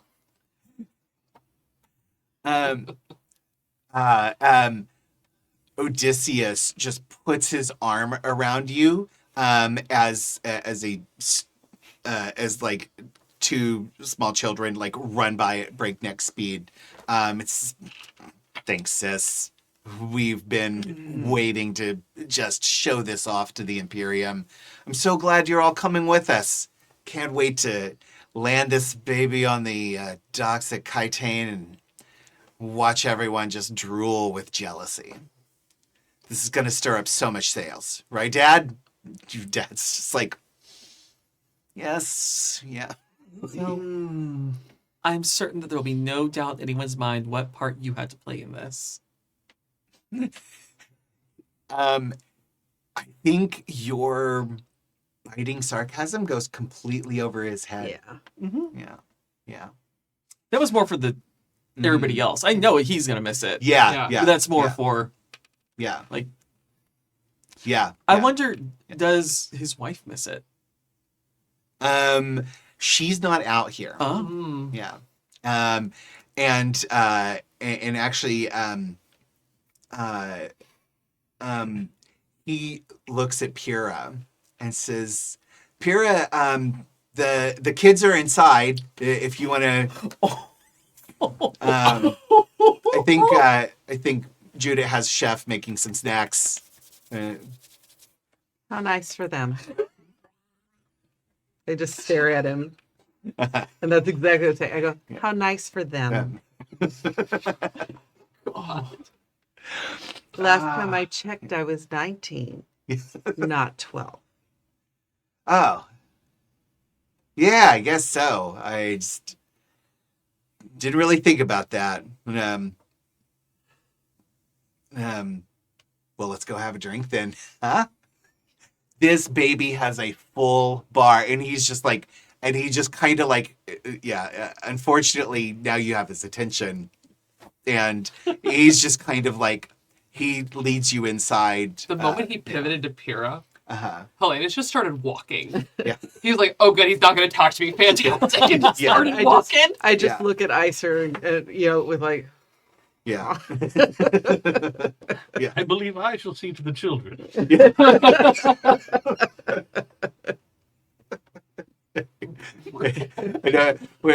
I'm purposefully pushing the edge of our tone a little bit here. Yeah. Like Odie is absolutely our love to hate him kind of character, and So I will say to Pyrrha before she's we can carted have a away little fun here. by Odie, like, forgive him. He never could count higher than 10. That's beautiful. Yeah. Massacre this man. He is every bit as odious as we want him to be. And, yeah, your so Odysseus and your father kind of lead you through and kind of bring you inside, and show you kind of like the main area. This is a large space-going vessel. There's he tells you like there's a crew of 30 staffing it. That includes like the personal chef, maid service,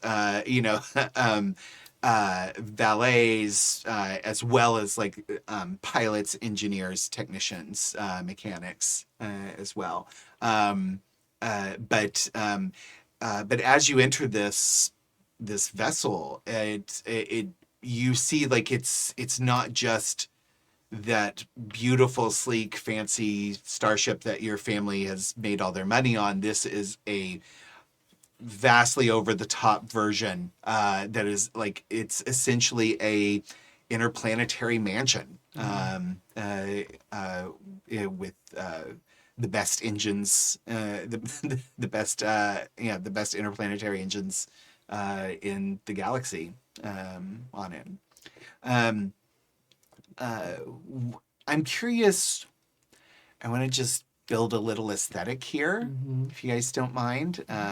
But like, what is an aesthetic feature of the ship, or you could say like an engineering kind of feature? Like, what is the thing that you find most impressive about this as your character, or as a player, the thing that you want to see? I would say it probably strikes me how quiet it is. Ooh, okay. Yeah. Yeah. Mm-hmm. That's something that they really worked on. Yeah.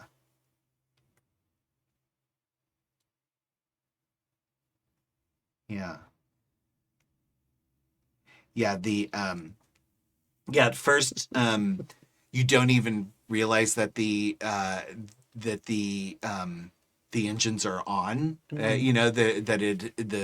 The full power is already up and running, because it does not sound like usually within atmosphere, like there's a sense of the sound of the engines running, and this has none of that. Like it's so eerily quiet. Pyrrha gets a little grin on her face. Yeah. And she's like, Odie, the ship is so quiet. How did you? And she starts peppering him with super technical questions. Like super technical, straight at him, not at Dad, straight at him.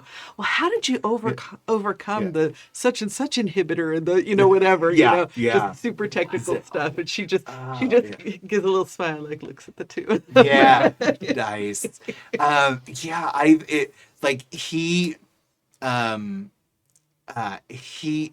He tries to he answers in that way that like a salesperson answers technical questions that they don't know the answer to, and he just kind of plays the salesperson bullshit, and like he does really like one of the few things that he's good at is actually like selling the luxury of your family's brand to the ultra rich. But he has no idea what the answers to these questions are, and he starts responding with like details about like, oh, it's got this this new feature on it. It's and things that really have nothing to do with that. Like you're asking about power differentials, and he's talking about like, oh, we've got this like plush leather, it kind of absorbs sound, like God. like really stupid from your perspective, but like enough to like distract somebody who doesn't know who me doesn't better, know. Yeah, yeah, and, yeah. But yeah, it's but like you do make him stumble, and yeah, and you can feel his irritation as he tries to like it has to keep recovering from that.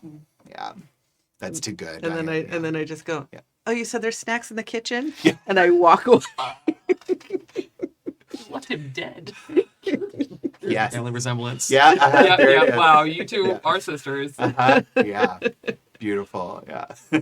But anybody else who got an idea? I think the thing that Helenus expects on these ships, and I think it's been a while since he's been on one of our really nice ships, because Yeah. he's mostly just been doing very like functional travel, Yeah.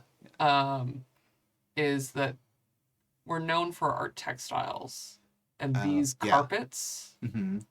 not only are they like so soft that like he walks in and takes his shoes off, Yeah. but they are like notably like zoned and things like that. So it's like someone who knows how to do interior, like really good interior design, Yeah. Yeah. laid this place out, and it's like custom woven carpets and rugs and things that are placed in such a way that they're like smart, easy to maintain, but also very functional. Mm-hmm. And he, even though he tries to be above a lot of his family business, he loves a soft carpet. Yeah. He loves a soft carpet. Yeah. Yeah, unfortunately, as you're admiring the soft carpet, your 7-year-old nephew just comes barreling through and like has this big mug of juice, very red juice, and it just like comes barreling through and like hops up onto the sofa and starts jumping around. Yeah. I think Helenus would fully just like grab the juice. Yeah. Just like, I'm just gonna hold this. I'm gonna stand here and hold this. Yes. Yeah. You make me nervous. Yeah. Yeah. And then he like just kind of squeals and screams and then like runs to another room. Yeah. Sets Yeah. it down. Yeah. Yeah. But it's also like beautiful. It's like Yeah. grays and blues and all, like it's just beautiful. Yeah. Yeah. Keeping that Lykos brand of luxurious and like it's clear like Odysseus had nothing to do with the interior design. It is classy and elegant. Yeah. Well, you can't put a racing stripe on a carpet. Correct. Or yeah. flames. Yeah, or flames. Yeah. He's definitely the kind that would put flames in a racing stripe. Both. Blue flames. Yeah. Racing stripe. Mm-hmm. Yeah. Iser or Cassandra? I think what Cassandra notices as she wanders towards the bar is, and I don't know if it's necessarily perceivable to most people, but because she has that higher sensitivity, there are so many small compartments for hiding things that the rich and powerful may want to hide. Yeah. Illicit drugs, a small weapon, money, like just small little compartments all throughout the bar area that are just like, it's that small detail of who your clientele are. Yeah. Yeah. And kind of again like highlighting the seedy underbelly of the elite. Yeah. Yeah. Yeah. Yeah, absolutely. Yeah. And then your niece like runs underneath your skirts as her governess comes over to try and grab her, is trying to like brush her hair, and she like is like using your skirts to dodge her governess. What is my niece's name? Which one is this? Her name is Athena. This name. Yeah. Oh. I'm trying to give little no-neck monsters energy from Cat on a Hot Tin Roof. It's given. Yeah. It's Yeah. giving that. Yeah. Athena. This is your first time on a Highlander, isn't it? No, I've been on Highliners 1, 2, one. Well, then you're Like, clearly familiar with the Highliner Banshees. what's Highliner Banshees? I would think a great traveler like you would have seen one or two by now. They're ghosts that fill the empty space in the Highliners, people who have died mid-trip, because that happens, that will haunt small children who misbehave.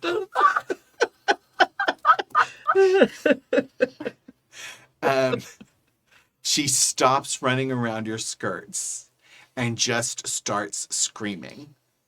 And the governess like grabs her and is like like trying to carry her out in a way. It is like as she just like she screams in terror. I will pour 2 drinks, one for myself and one for the governess, and like look at the governor's like, when you're done, this is waiting for you. It's yes. Yeah. Yeah. Iser? I think I have to go with sort of the back wall of this salon, right? Uh-huh. Is it looks like an all white version of the plant, the flower that we get, Uh-huh. Yeah. but it's like a lot of the flower. Like it looks almost like a planted field of them. Oh, yeah. Right? Yeah. But you walk up to it and you brush the blooms, Mhm. and they illuminate in our blue. Ooh, So you can change the Yeah. pattern any way you Yeah. want, or that kind of thing. Oh, very I cool. like that. Beautiful. That is. Yeah. Based off a real yacht interior in Ooh, nice. Yeah. Earth I believe Yeah. it. life. Oh, yeah. This is a thing you love to do. Yeah. Right? I love big yeah. yachts. They're Yeah. I so am cool. more than prepared to go off on features. Yes. Okay. All right. Yeah. My handwriting is atrocious. I think they even blow in the breeze. Okay. Yeah. Yeah. I bet there's also like an idle setting where they can like pulse and do Yeah, all they the. kind of do Yeah. their own performance Yeah. on their own, but if you wanted extra light, you can turn more on manually. Yeah. Beautiful. Yeah. I think that's like that is the primary feature of the main travel cabin, and where generally passengers would just sit and relax while during the actual travel. If they're not like in their berths, like I mean, this is like there are rooms for you, and there are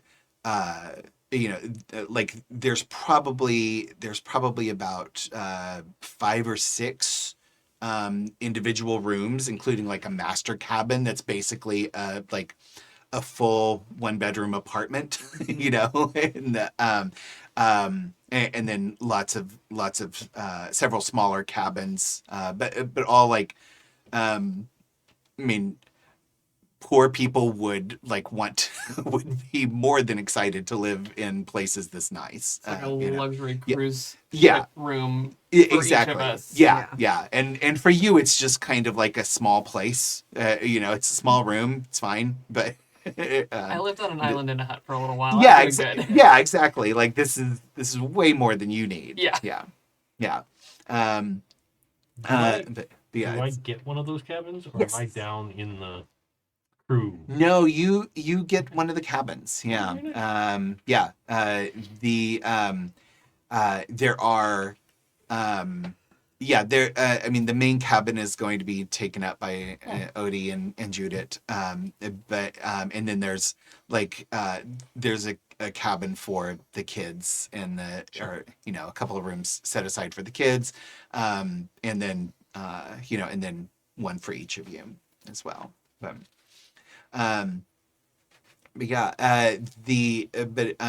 you get you'll have plenty of time to walk around. It's going to take about an hour or two to get out to where the Highliner is And the Highliner appeared in the system earlier this day, the same day.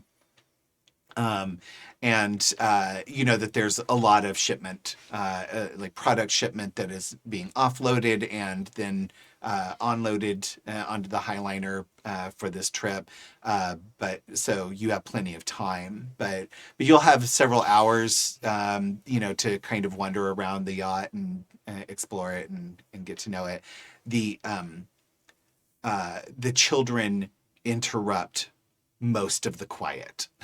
So they, as you can imagine, they're horribly behaved. They are absolutely spoiled rotten. The 11-year-old follows Iser around and just like asks all of the questions, you know, and like all like one of those kids that never pauses for the answer. Right. Just just Stream of consciousness. stream of consciousness. Yeah. Sure. Why are your lips blue? Why, you know, why are you wearing that scarf? Where did you get that scarf? Why do you know, like what do you do for my dad? You know, like and like also asserting that because he's also the heir, he's the boss of you, you know, and tries to like test whether he can get you to do ridiculous things. Sure. Yeah. I think Iser loves the kids. Oh, okay. Like, I think he's aged out of needing to be the scary one to the kids. Yeah. And Leaving is that to more Cassandra. I into think we're the Helenus. scary one. Yeah. Yeah. and has moved into like they're just delightful Yeah. because they have no filters, Oh, yeah. Yeah. right? Like Yeah. everyone tries to put filters up when Iser's there, Yeah. right? And I think that the fact that all three kids are just effervescent and Yeah. totally out there on Front Street for everybody to see, Right. Yeah. Like, I think he finds it delightful. Yeah. Mm-hmm. And just tries to slowly layer in, like, oh, these are the things I do for the Mhm. family. And, like, I'm very useful in the following ways. Like, Yeah. keeping it G-rated, Mm-hmm. right? Yeah. But explaining what's going on and trying to educate these kids, like, when you are in a position of power in the family, you're going to have to do these choices. Mm. So let me help you, Yeah. right? Okay. Interesting. And he's got a whole pocket full Yeah. of treats. Photo streets. Yeah. Yeah. So Cookies and crap. Yeah. Yes. Smart. Then, we got raided. Thank you. Welcome, raiders. Hi. We're on a boat. Yeah. Helena spends all the time that you're being nice to the kids trying to exude as much leave me alone energy as humanly possible to these children. Yeah. Yeah. I think you're probably pretty able to communicate that. I can scare best as the- trainees of Ginas. Yes. These children do not frighten me. Yeah. Yeah. They test your limits for sure. Sure. Yeah. which is the bravest of the kids? Probably the middle kid, the 7-year-old. Yeah. Because I think I put a challenge that if any of them can make Helenus laugh, they'll get extra treats. Oh, it's so mean. Diabolical. Right? Yeah. But from one side of the salon to the other, right? Yeah. Yeah. Yeah. Like Iser's just sitting in a chair by the window Yeah. and has subtly laid that in with all three kids. Like, if I see it happen, Yeah. and he kind of shows them the whole bag of treats. Like, Yeah. Are we aware of the challenge, or is that just something between you and the kids? I wouldn't have told you. Okay. Well, you want a treat? No, but I might advise you: laugh once and it's over. I I think I probably would have told Pyrrha. Yeah. That I tracks. don't think I would have told That totally tracks. Yeah. That totally Yeah. tracks. yeah. Like, watch this. So this is kind of just for fun, and but I do want to do a contested roll Let's do on it. this. Yeah. I think this is I think it's a discipline role Sure is. for both of you actually. Yeah. I have a Alright. focus, Okay. composure. Oh, okay. That actually applies. Yes. Yeah. And And this is power. This is power. just a raw Yeah. power move Yeah. Like I will not be undermined by By these children. monsters. Yeah. by my Yeah. older brother's monstrous children. Yeah. Could I make a case for communicate? Yes. Oh. Yeah. Okay. Yeah. I think communicate makes sense for you. Yeah. Yeah. Yeah. 'Cause you're trying. You're kind of trying to send a message. But not like a. No, just but you're having fun. Yeah, you're having fun. Yeah. Yeah. Let's see. Oh no. Nothing. Nothing. Oh, really? Oh. Wow, I got 3 successes. Oh, okay. I got All right. double 18s. Oh, brutal. Woof. Oh. You are super stoic. Yeah. I'm gonna say so. So Helenus, this is awful. Yeah. For several minutes. Yes. What do you do that sends them running with the knowledge that there will be no success in this game? Oh, God. I think he starts by just, like, trying to sit quietly. Mhm. And it's, like, him sitting on the sofa and then, like, the children bouncing around the sofa and, like, half telling jokes like children do and getting distracted in the middle. Yeah. And then he starts to he takes his little bag off that he takes with him everywhere, Mhm. and he sets it down, and he pulls out a whetstone. Mm-hmm. And then he pulls out the very fancy sword that he keeps at his side and just begins to shink. And he does it like they're not there. Mm-hmm. And also very carefully is clear that, like, he's going to keep moving in this position. He obviously would never hurt these children. Yeah. But he's like, I'm going to keep doing this, and if you stay here much longer, and you flip the water off of it, shink, just meticulous in that like very stoic martial artist way. Yeah. Of like, I am immovable. Yeah.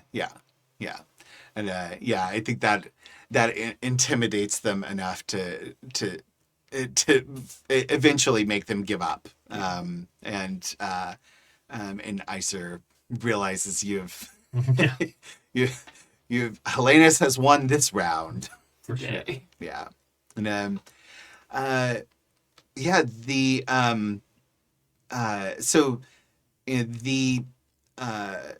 the yacht eventually it does depart after your father makes his farewells.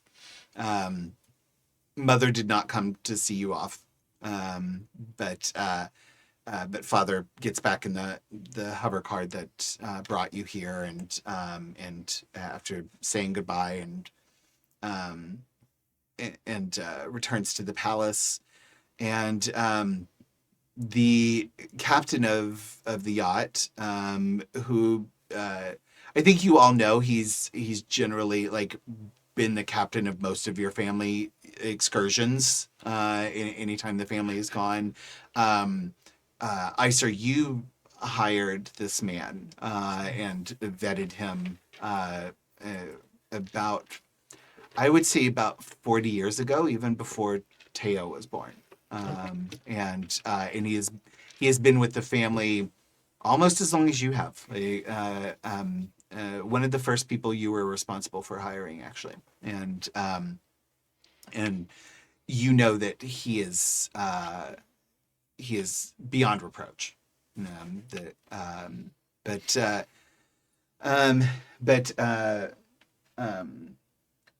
Let's see, Captain Arnson.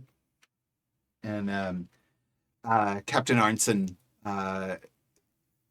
does come out and speak to you all once you're kind of through the atmosphere, and you're making your way out towards the Highliner. He comes and just kind of does that routine captain's brief on, like, we're gonna go here, it's gonna take this long, we're gonna this is where we're gonna land, this is where we'll be, you'll be disembarking, we'll take Odysseus and his family onto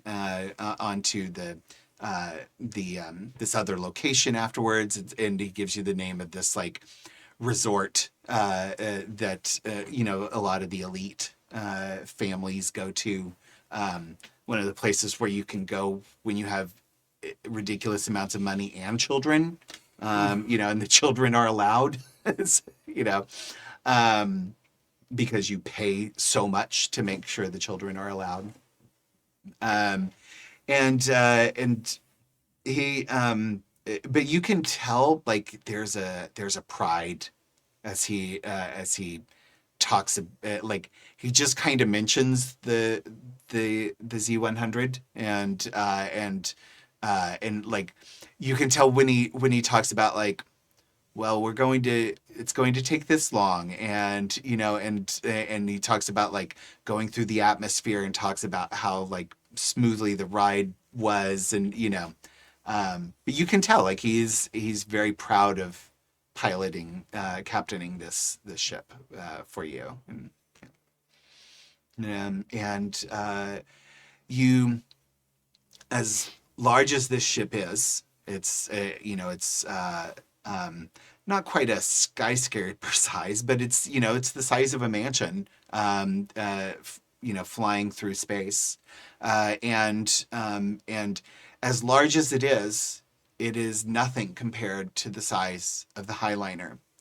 And as you approach the front, the sort of circular opening of the front of the Highliner is just massive as it comes into view, and it looks like you're flying directly towards a planet, given the size of this.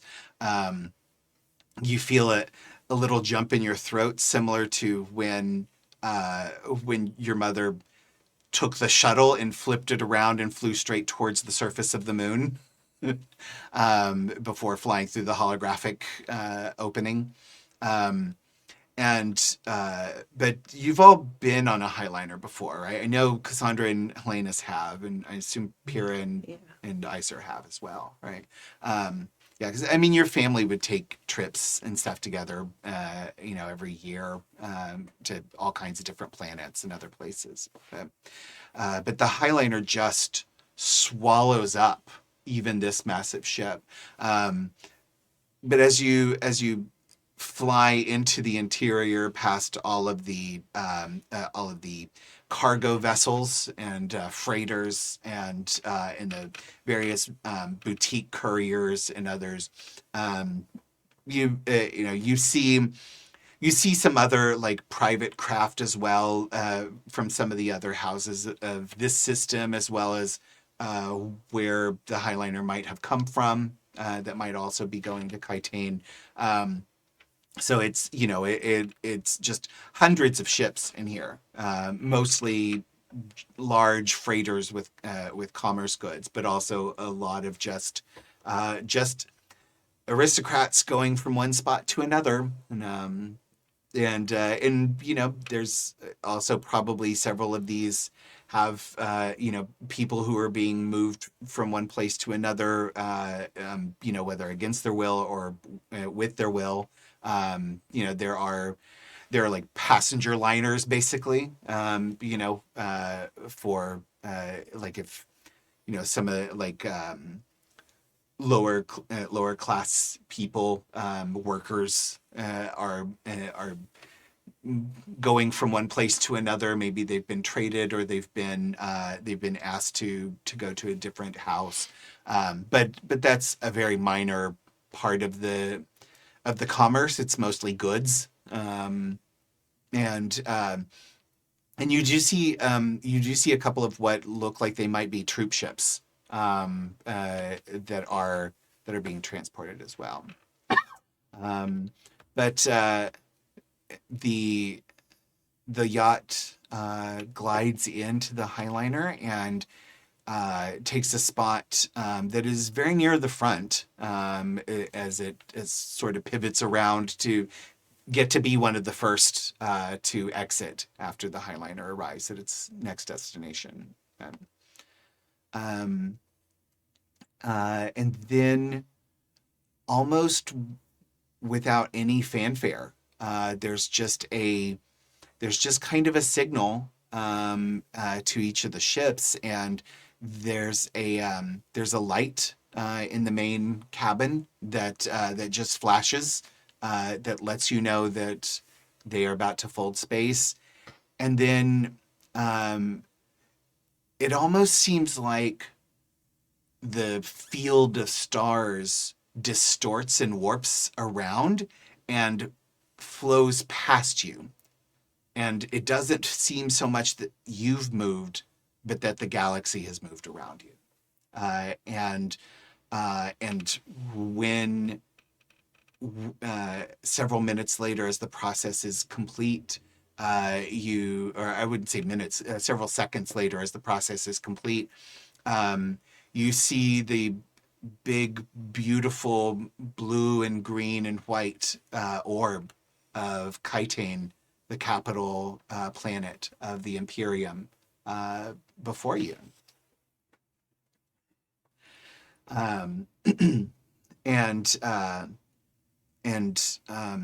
The yacht emerges from the Highliner. Again, without fanfare. It's almost as it feels commonplace to most people who travel this way. But I think for each of you, it has a different meaning now that you have realized there is another way to do this. And seeing all of the commerce that is wrapped up in this particular Highliner feels like it dawns on you that all of this could be richly benefiting your house. Or it might also dawn on you, especially Helenus, that the links that people would go to protect this commerce.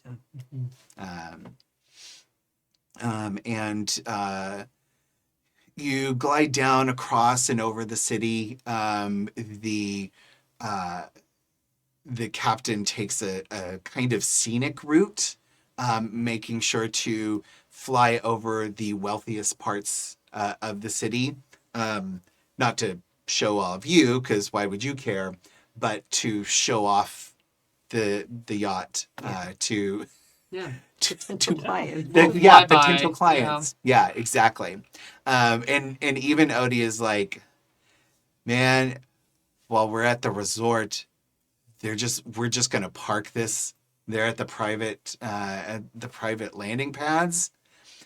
Just being there, the amount of sales we're gonna generate, orders are going to be over the moon for this thing. Can you believe it? Isn't this exciting? So exciting. Yeah. I think Odie comes over and like puts his arm around Helenus. Yeah. I haven't made you touch him yet. No, and it's so funny because Helenus is like raw muscle. Yeah. And I think always kind of has been, and just stands perfectly still and lets Odie drape an arm over him. Yeah. And Odie is one of those people that he's in decent shape only because he has like the top level chef and fitness coach, and he has enough money to buy a healthy body, but he is not muscular. and he's like he kind of takes after your mother a little more, in that like he's kind of like thin and thin and wiry, Yeah. you know, whereas Viscount Saeed is, you know, he's a sturdier guy, and you know, and I think Helenus especially is seeming more like Saeed, given your new muscles. Yeah, I earned those. Okay. Yeah, I worked right. very Yeah. hard. Yeah. But, Yeah, and Yeah. I think when Odie touches him, he just mhm. stands perfectly still Yeah. Mhm. and gives him like almost a perfect count to 2 Mhm. before he just steps away from the Mhm. arm. Yeah.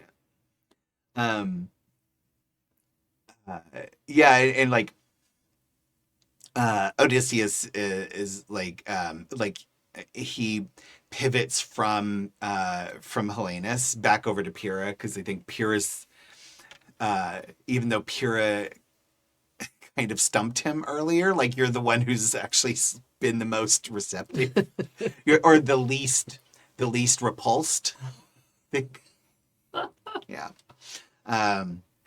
Yeah, but he says, so you're going to some kind of symposium, right? You're not going to even like hit the clubs or any. Like, is this just science business? I mean, you know, the clubs aren't really my thing. The science stuff is. Yeah, all right. Clubs used to be Cassandra's thing, so or no, he calls you Sandy's. Oh. Clubs used to be Sandy's thing, but Who not. said they stopped?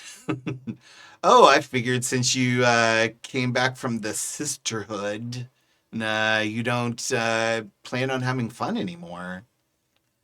What could be more fun than helping shape the future of the galaxy? Boring. What could be more fun is showing this baby off to all of the jealous faces who are going to want to buy one from me as soon as they see it. That's more fun. And but you all have fun at your science symposium. I'm sure it'll be great. Even for those of you who don't seem to be scientifically minded, you kind of Helena like, just stares at him. yeah. Just like, I dare you to say it. I dare you. I dare you to say it.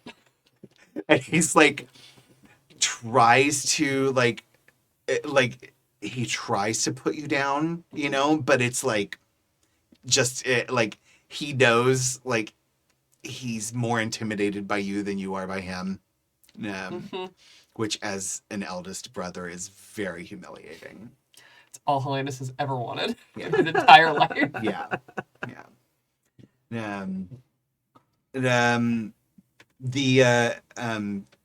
A little bit later, it's and Pyrrha, you especially notice like the touchdown was so gentle and smooth, you barely even noticed it. You mostly knew because you were looking out the window as it happened, and you stopped being down, and you know you stopped moving downward. Yeah. And then it just Like if I this- hadn't have been looking, I probably wouldn't have. yeah, even- yeah, so smooth and soft, and like you know, and I think all of you like you know like you can tell this incredible like perfection of engineering that your family is responsible for, and it's not even that surprising Yeah. for House Lykos. And yeah, the captain comes and tells you that you've landed, and he's arranged a car, or they've arranged a car for you to take you to your would be your I would not consular or maybe consular office. yeah. Or Yeah, envoy office? with the envoy office. Yeah. That would be what Helenus would have suggested. Would be like, Yeah. let's go to the envoy office. Yeah. So you have basically a business headquarters here, and I would say like probably like the top penthouse is where your aunt Isabella stays with her wife, and your cousin is there as well, because he kind of runs a lot of the political machine here, and as well as all of the like business interests that go on in the business part of it below. Yeah. Yeah. So anything you want to do before you depart the yacht? Run, because then we're free of them. Yeah. So you can tell. So as you as you come out onto the outer deck where the landing pad is, and in another hover car it comes over and opens up for you. And as you're climbing in, you can see like all of the like the recording drones and reporters, and are kind of standing off to the side and like trying to get views of this yacht. And you're seeing you see a lot of people on the other private landing pads come out onto the decks of their yachts to look at the new hotness. And I think yeah. before we disembark, I would like make some sort of comment to the captain, because I know what kind of pride he's taking in this, like how smooth and beautiful that landing was, and how impressed I am by that. And you did such a great job, because I don't know, I feel like he'd like to hear something like that, like that he's doing a good job. Yeah. Yeah, Pierre's the best about it. I know, right? Yeah. And like he does respond, like he is just really just really moved, like he's not an emotional man, but he but you can see the pride in his work, and that to feel so appreciated and acknowledged by a member of the family is like the highest kind of honor for him. I think Pyrrha just knows, like, she's only just now being recognized for stuff. She knows what it is to be glossed over. You know? Exactly. And so, and earlier when he was talking about the ship and how proud, you could see how proud he was. I'm like, yeah, that's important to him. Right. Yeah. And so you all load into. Oh, yes. I think I would talk to the captain afterwards. Yeah. And just warn him. Yeah. There may be people with ill intent about. Like, don't let any technicians on board that aren't ours. That kind of stuff. Yes, I had understood things were a little heightened. We'll be extra cautious. I've made sure the entire crew has been notified that top security procedures are to be followed for the time being. I should never have even worried about it, but it's my job. It is, and it's my job to worry as well. So together we will keep this family safe. No. One way or the other. Sometimes it's easier than others, isn't it? Enjoy your trip, Nasoh, and yes. We'll be here for a few hours to let the city see the new beast, and then we'll be heading off. But we'll be back in 4 days. I believe that's when we're expected to pick you up. But all right. If you need to make other arrangements, leaving before then or after then, just send me a communication, and we'll adapt as we can. Indeed. I think we should be able to stay on schedule. Well, then, we'll see you in a few days. Enjoy the resort. I will get to sit and relax in my cabin, which is brand new and beautiful. Godspeed. You as well. And you all gather into the For the disembarking. Yes, for the because it's disembarking. glamorous and wonderful, and Helenus knows his place and job, which is to look very nice. Yes. He did show up and all day he's just been wearing like a black turtleneck Oh, and like black pants. Yeah. And then he took his shoes off and just walked around. Looked like an average business guy. Yeah. And as we disembark, he puts on the most beautiful open front, like Dolian blue silk overrobe. Oh, nice. And so it's just like, it goes from just being like normal, you Yeah. know, very swordsman guy to like, by the way, I'm also an heir. Yes. Yeah. Yeah. Beautiful. Yeah. Yeah. Also,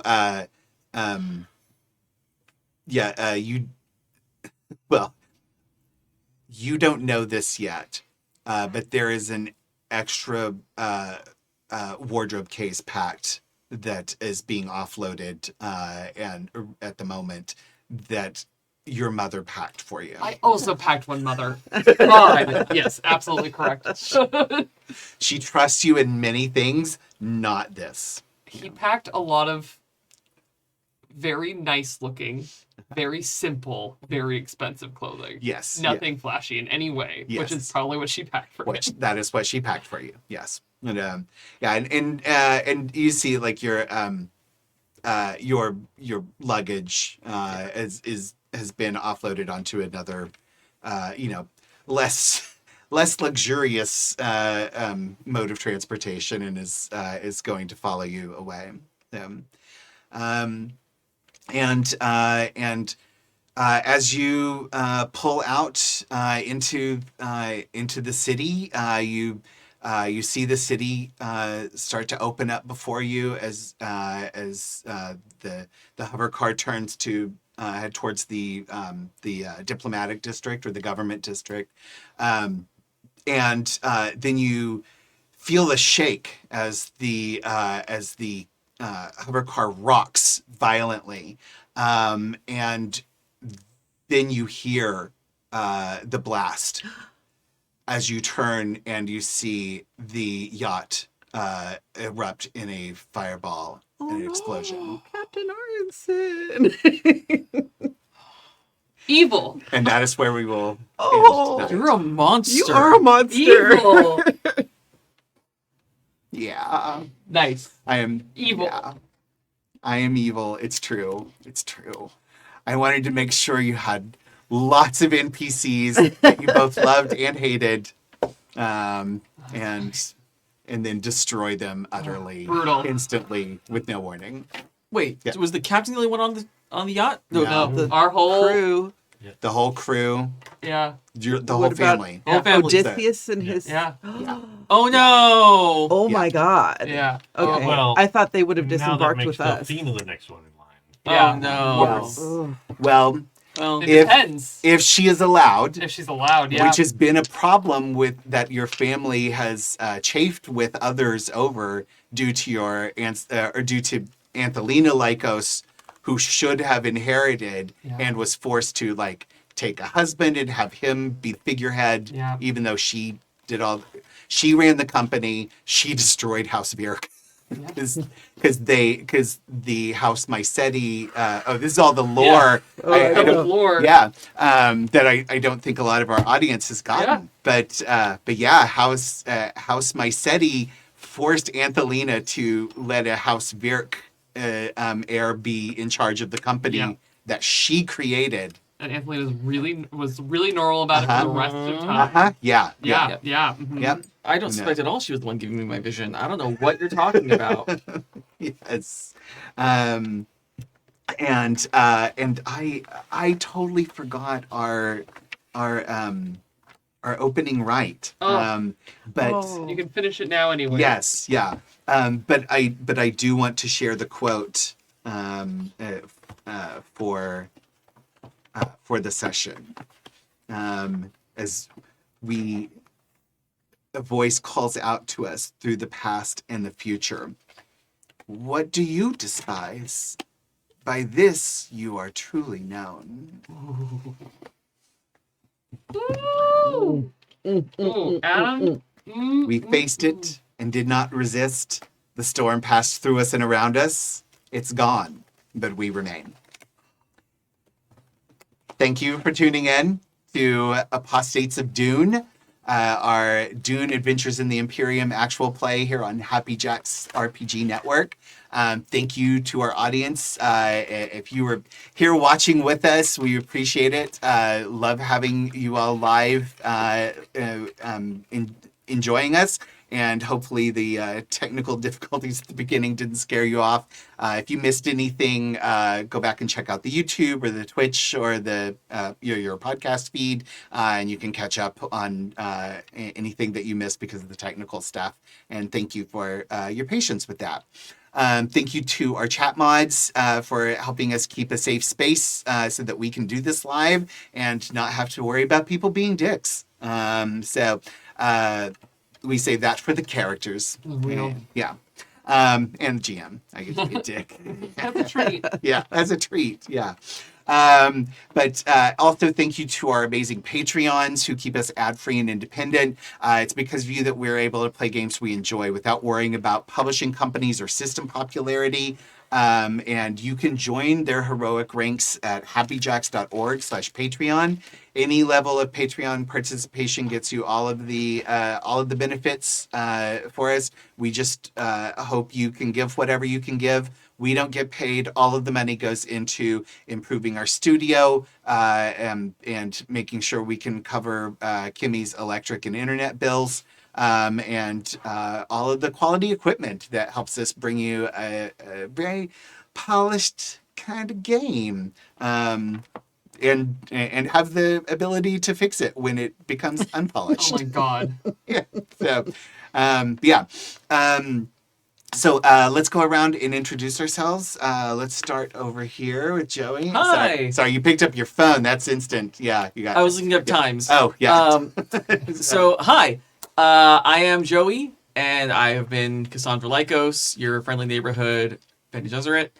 You can find me on all the socials at Feywild85, FEYWILDE85. This is my only thing online currently, as you're gearing for fair season very quickly. But if you want to see the Poxy Boggards and the Merry Wives of Windsor perform live with each other, because it's so much fun, you should absolutely do it. It is the February the 15th at Angel City Brewery from noon to 5. We'll be trading off sets, so you get to see a whole thing with two of my favorite bands. And then we were there again on the 15th of March, just the Boggards for a pre-St. Patrick's Day gig. And that time is when I was looking up, but it is sometime in the late morning to early afternoon. Right. So you should come check it out. Thank you. Good. Yeah, hello. I'm Kai. I'm still here. You can't get rid of me. Nor would we want to. No. You can find me everywhere as Estelle Ladris, where I do a lot of this. I'm a TTRPG game performer, game designer, writer, consultant. Maybe one too many hats. Impossible. I'm also an independent streamer. You can find me on Wednesday over on my channel, Estelle Ladris, here on Twitch at 1 p.m. Pacific, 4 p.m. Eastern Time, while I play some Baldur's Gate, and I'm going to go deal with everyone's favorite terrible swamp hag. Yeah. And then on Thursday, we have an episode of my podcast series, Lori's House, where I play the architect role, which is the game master for a Home We Remember actual play. Home We Remember being a game system that we wrote for this story. But it is a podcast about imperfect memory and the selfless act of self-exploration and building community. And it's a lyric game. What did you say it's called? The show is Lori's House. The game system is the Home We Remember. Home We Remember. Yes, the it is Home We a Remember. Okay. tarot-based lyric game. Cool. About community building. Awesome. And it is available now over on Football Spare Studios now. And then on Saturday, we have a very special episode that was delayed from last Saturday to this Saturday over on Transmitter RPG, where we're going to have our second special of Arc 4, where we're going to be introducing our very special ongoing Arc guest player and NPC. I have no idea what's about to happen to us, and I know I'm in danger. So come check out whatever we have happening on Saturday at 5 p.m. Pacific, 8 p.m. Eastern Time for a deep dive into more of our apocalyptic tragedy. Hopefully not completely a tragedy. And then on Mondays, you can find me before Apostates of Dune over on my channel, Estelle Ladris, again on Twitch for my show. Oh, wait. No, that is right. For my show Seems Right, which is my show about costuming and storytelling, where today I talked about different types of GMing. You never know what I'm going to bring up. Sometimes it's costuming. Like last week I did power, wealth, and privilege in costuming. And this week it's all about types of GMing. So you can come check that out, and I will give you knowledge from my brain and maybe a PowerPoint presentation. And yeah, that's plenty for me for now. Oh wait, and you should check out our friends over at MythWorks, who I love working with and I am friends with. Drop tomorrow the Eternal Ruins Kickstarter. You can go check it out. It's a beautiful game. It was a passion project world building thing from the creator Sam Carr, and it is absolutely stunning. And the Kickstarter drops tomorrow, so go check it out. All right. Yeah. I am Michelle, and you can find me on the socials at Michulu. That's MICHULHU. You can also find me on my YouTube channel called Portents of Fear. It is a horror YouTube channel. I tell horror stories that my husband writes, and we also publish it as a podcast. We have premieres every other Tuesday, so not tomorrow, but next Tuesday. We will be having a live premiere at 7:00 Pacific on YouTube. Come find us, check it out, talk to us in chat. We'd love to have you. And once again, I'm CADave. This is the place you're going to find me for now. That's just the way it is. Before I forget, next month, Valentine's weekend. Oh, yeah. If you're in the LA area and you want to come down and play games, a bunch of us and a bunch of long-distance Happy Jack folk are going to be in town for the Strategicon convention, OrcCon, at the LAX Hilton. Come on down because we always have a good time. Even if you don't have anything planned and you haven't signed up for any games, I promise you will find fun. It is not hard. And if you don't, I apologize. It might be a you problem. Yeah. That's the way it goes. Yeah. On the puppy update front, Yeah. growing like a weed, and a kid is now tall enough to be able to just start to reach the top of the kitchen counters. Oh. Ah, So, fun. yeah, that's the danger of having tall dogs. Yeah. Nice. I spent like 20 minutes today chasing a little dog around my house in circles, trying to get an oven glove. Yeah. PP. The Benny Hill theme playing. Yeah. She's having the time of her life. Uh-huh, I'm sure. yeah. Oh yeah, she yeah. was absolutely Best game jazzed ever. about it, Yeah. and far faster than I am. Yeah. So she would literally stop and be like, "Well," Aren't you coming? and here I come. The only in my head, I just kept thinking about Jason Voorhees, Oh, yeah. right? Yeah. Just you're gonna get tired eventually. Yeah. I'm just gonna relentlessly follow you through our house. Yes. Right. Yeah. But it's all fun Yeah. and games. Hey. Also, CADave very much needs the new Muppets show to succeed. yes. So watch the new Yes. Muppets when it comes out. Oh yeah, The- that's like the- next week. the next Yeah, week. it's like Oh, now. nice. 4th, I think. Yeah. Okay. All right. What Yeah, that is actually next week. It's Yeah. Disney Plus. Disney Plus? Okay. Yeah. Yeah. I love me some Muppets. Mhm. Yeah. Yeah. Please, Yeah. please let them be successful so we get a full Muppet show back. So we get Yeah. more starting Yeah. party That and would be dimming the lights. wonderful. Yeah. Yeah. So once again, I'm Adam. I've been your GM for this. Apostates of Dune.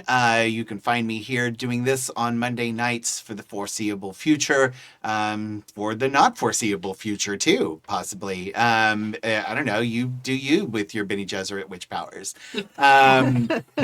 But also you can find me here on Sunday evenings, 5 p.m. Pacific, playing in the Astral Circus, our Spelljammer D&D 5e, but really now It's just we're Baldur's Gate. yeah, it's just Baldur's Gate follow up. Like we're in hell, like literal hell, so kind of like left the Spelljammer stuff behind and went planar hopping in the hells as you do. With that party? Yes. Yeah. We are chaos incarnate, and it's a blast. But you can find me there. You can also on Tuesday nights currently. Oh, sorry. It's bedtime for me. On Tuesday nights, currently we're streaming at Emporium for the Wayward Gamer is the Aliens RPG project that I was part of. We did 3 different 4-shots. I think there might be a 4th one, and there might also be an all cats episode. But they're being Delightful. yeah. So in the Aliens RPG, it's specific cats cannot die. And in the one of the 4-shots, the entire crew had individual cats. And so there's a whole crew of cats, and they show up in other parts of it. But basically across a spaceship, across the crash site at a colony, and then later when the Marines come in, it's tracking an alien encounter across 3 different groups of people, and the consequences of that. But yeah, so it was a lot of fun. So go check that out on Emporium for the Wayward Gamer. Do not worry if it says series 2. It's being aired out of order for plot purposes. But yeah, just jump in, check it out. And yeah, and then you can find me at the socials at HOOBUK, that's Hubuk, on Instagram. Right now, my feed is almost entirely trying to get people to realize that we are in the moment after Order 66 has gone out. So, yeah, that's where we are. We're in Andor Season 2, y'all. So, that's what my Instagram feed is about right now. So on that happy note, and after I've exploded an entire ship with a full-on family and crew, innocent crew inside. Doing great. If you want more that kind of awfulness, come see what I do to them next week. So, yeah, parties, clubbing. Keep it up, Adam. Yeah. Keep it up. Socialite parties. Yeah. Thank you again for joining us. We will leave you now, and we'll see you next week. Bye. Bye.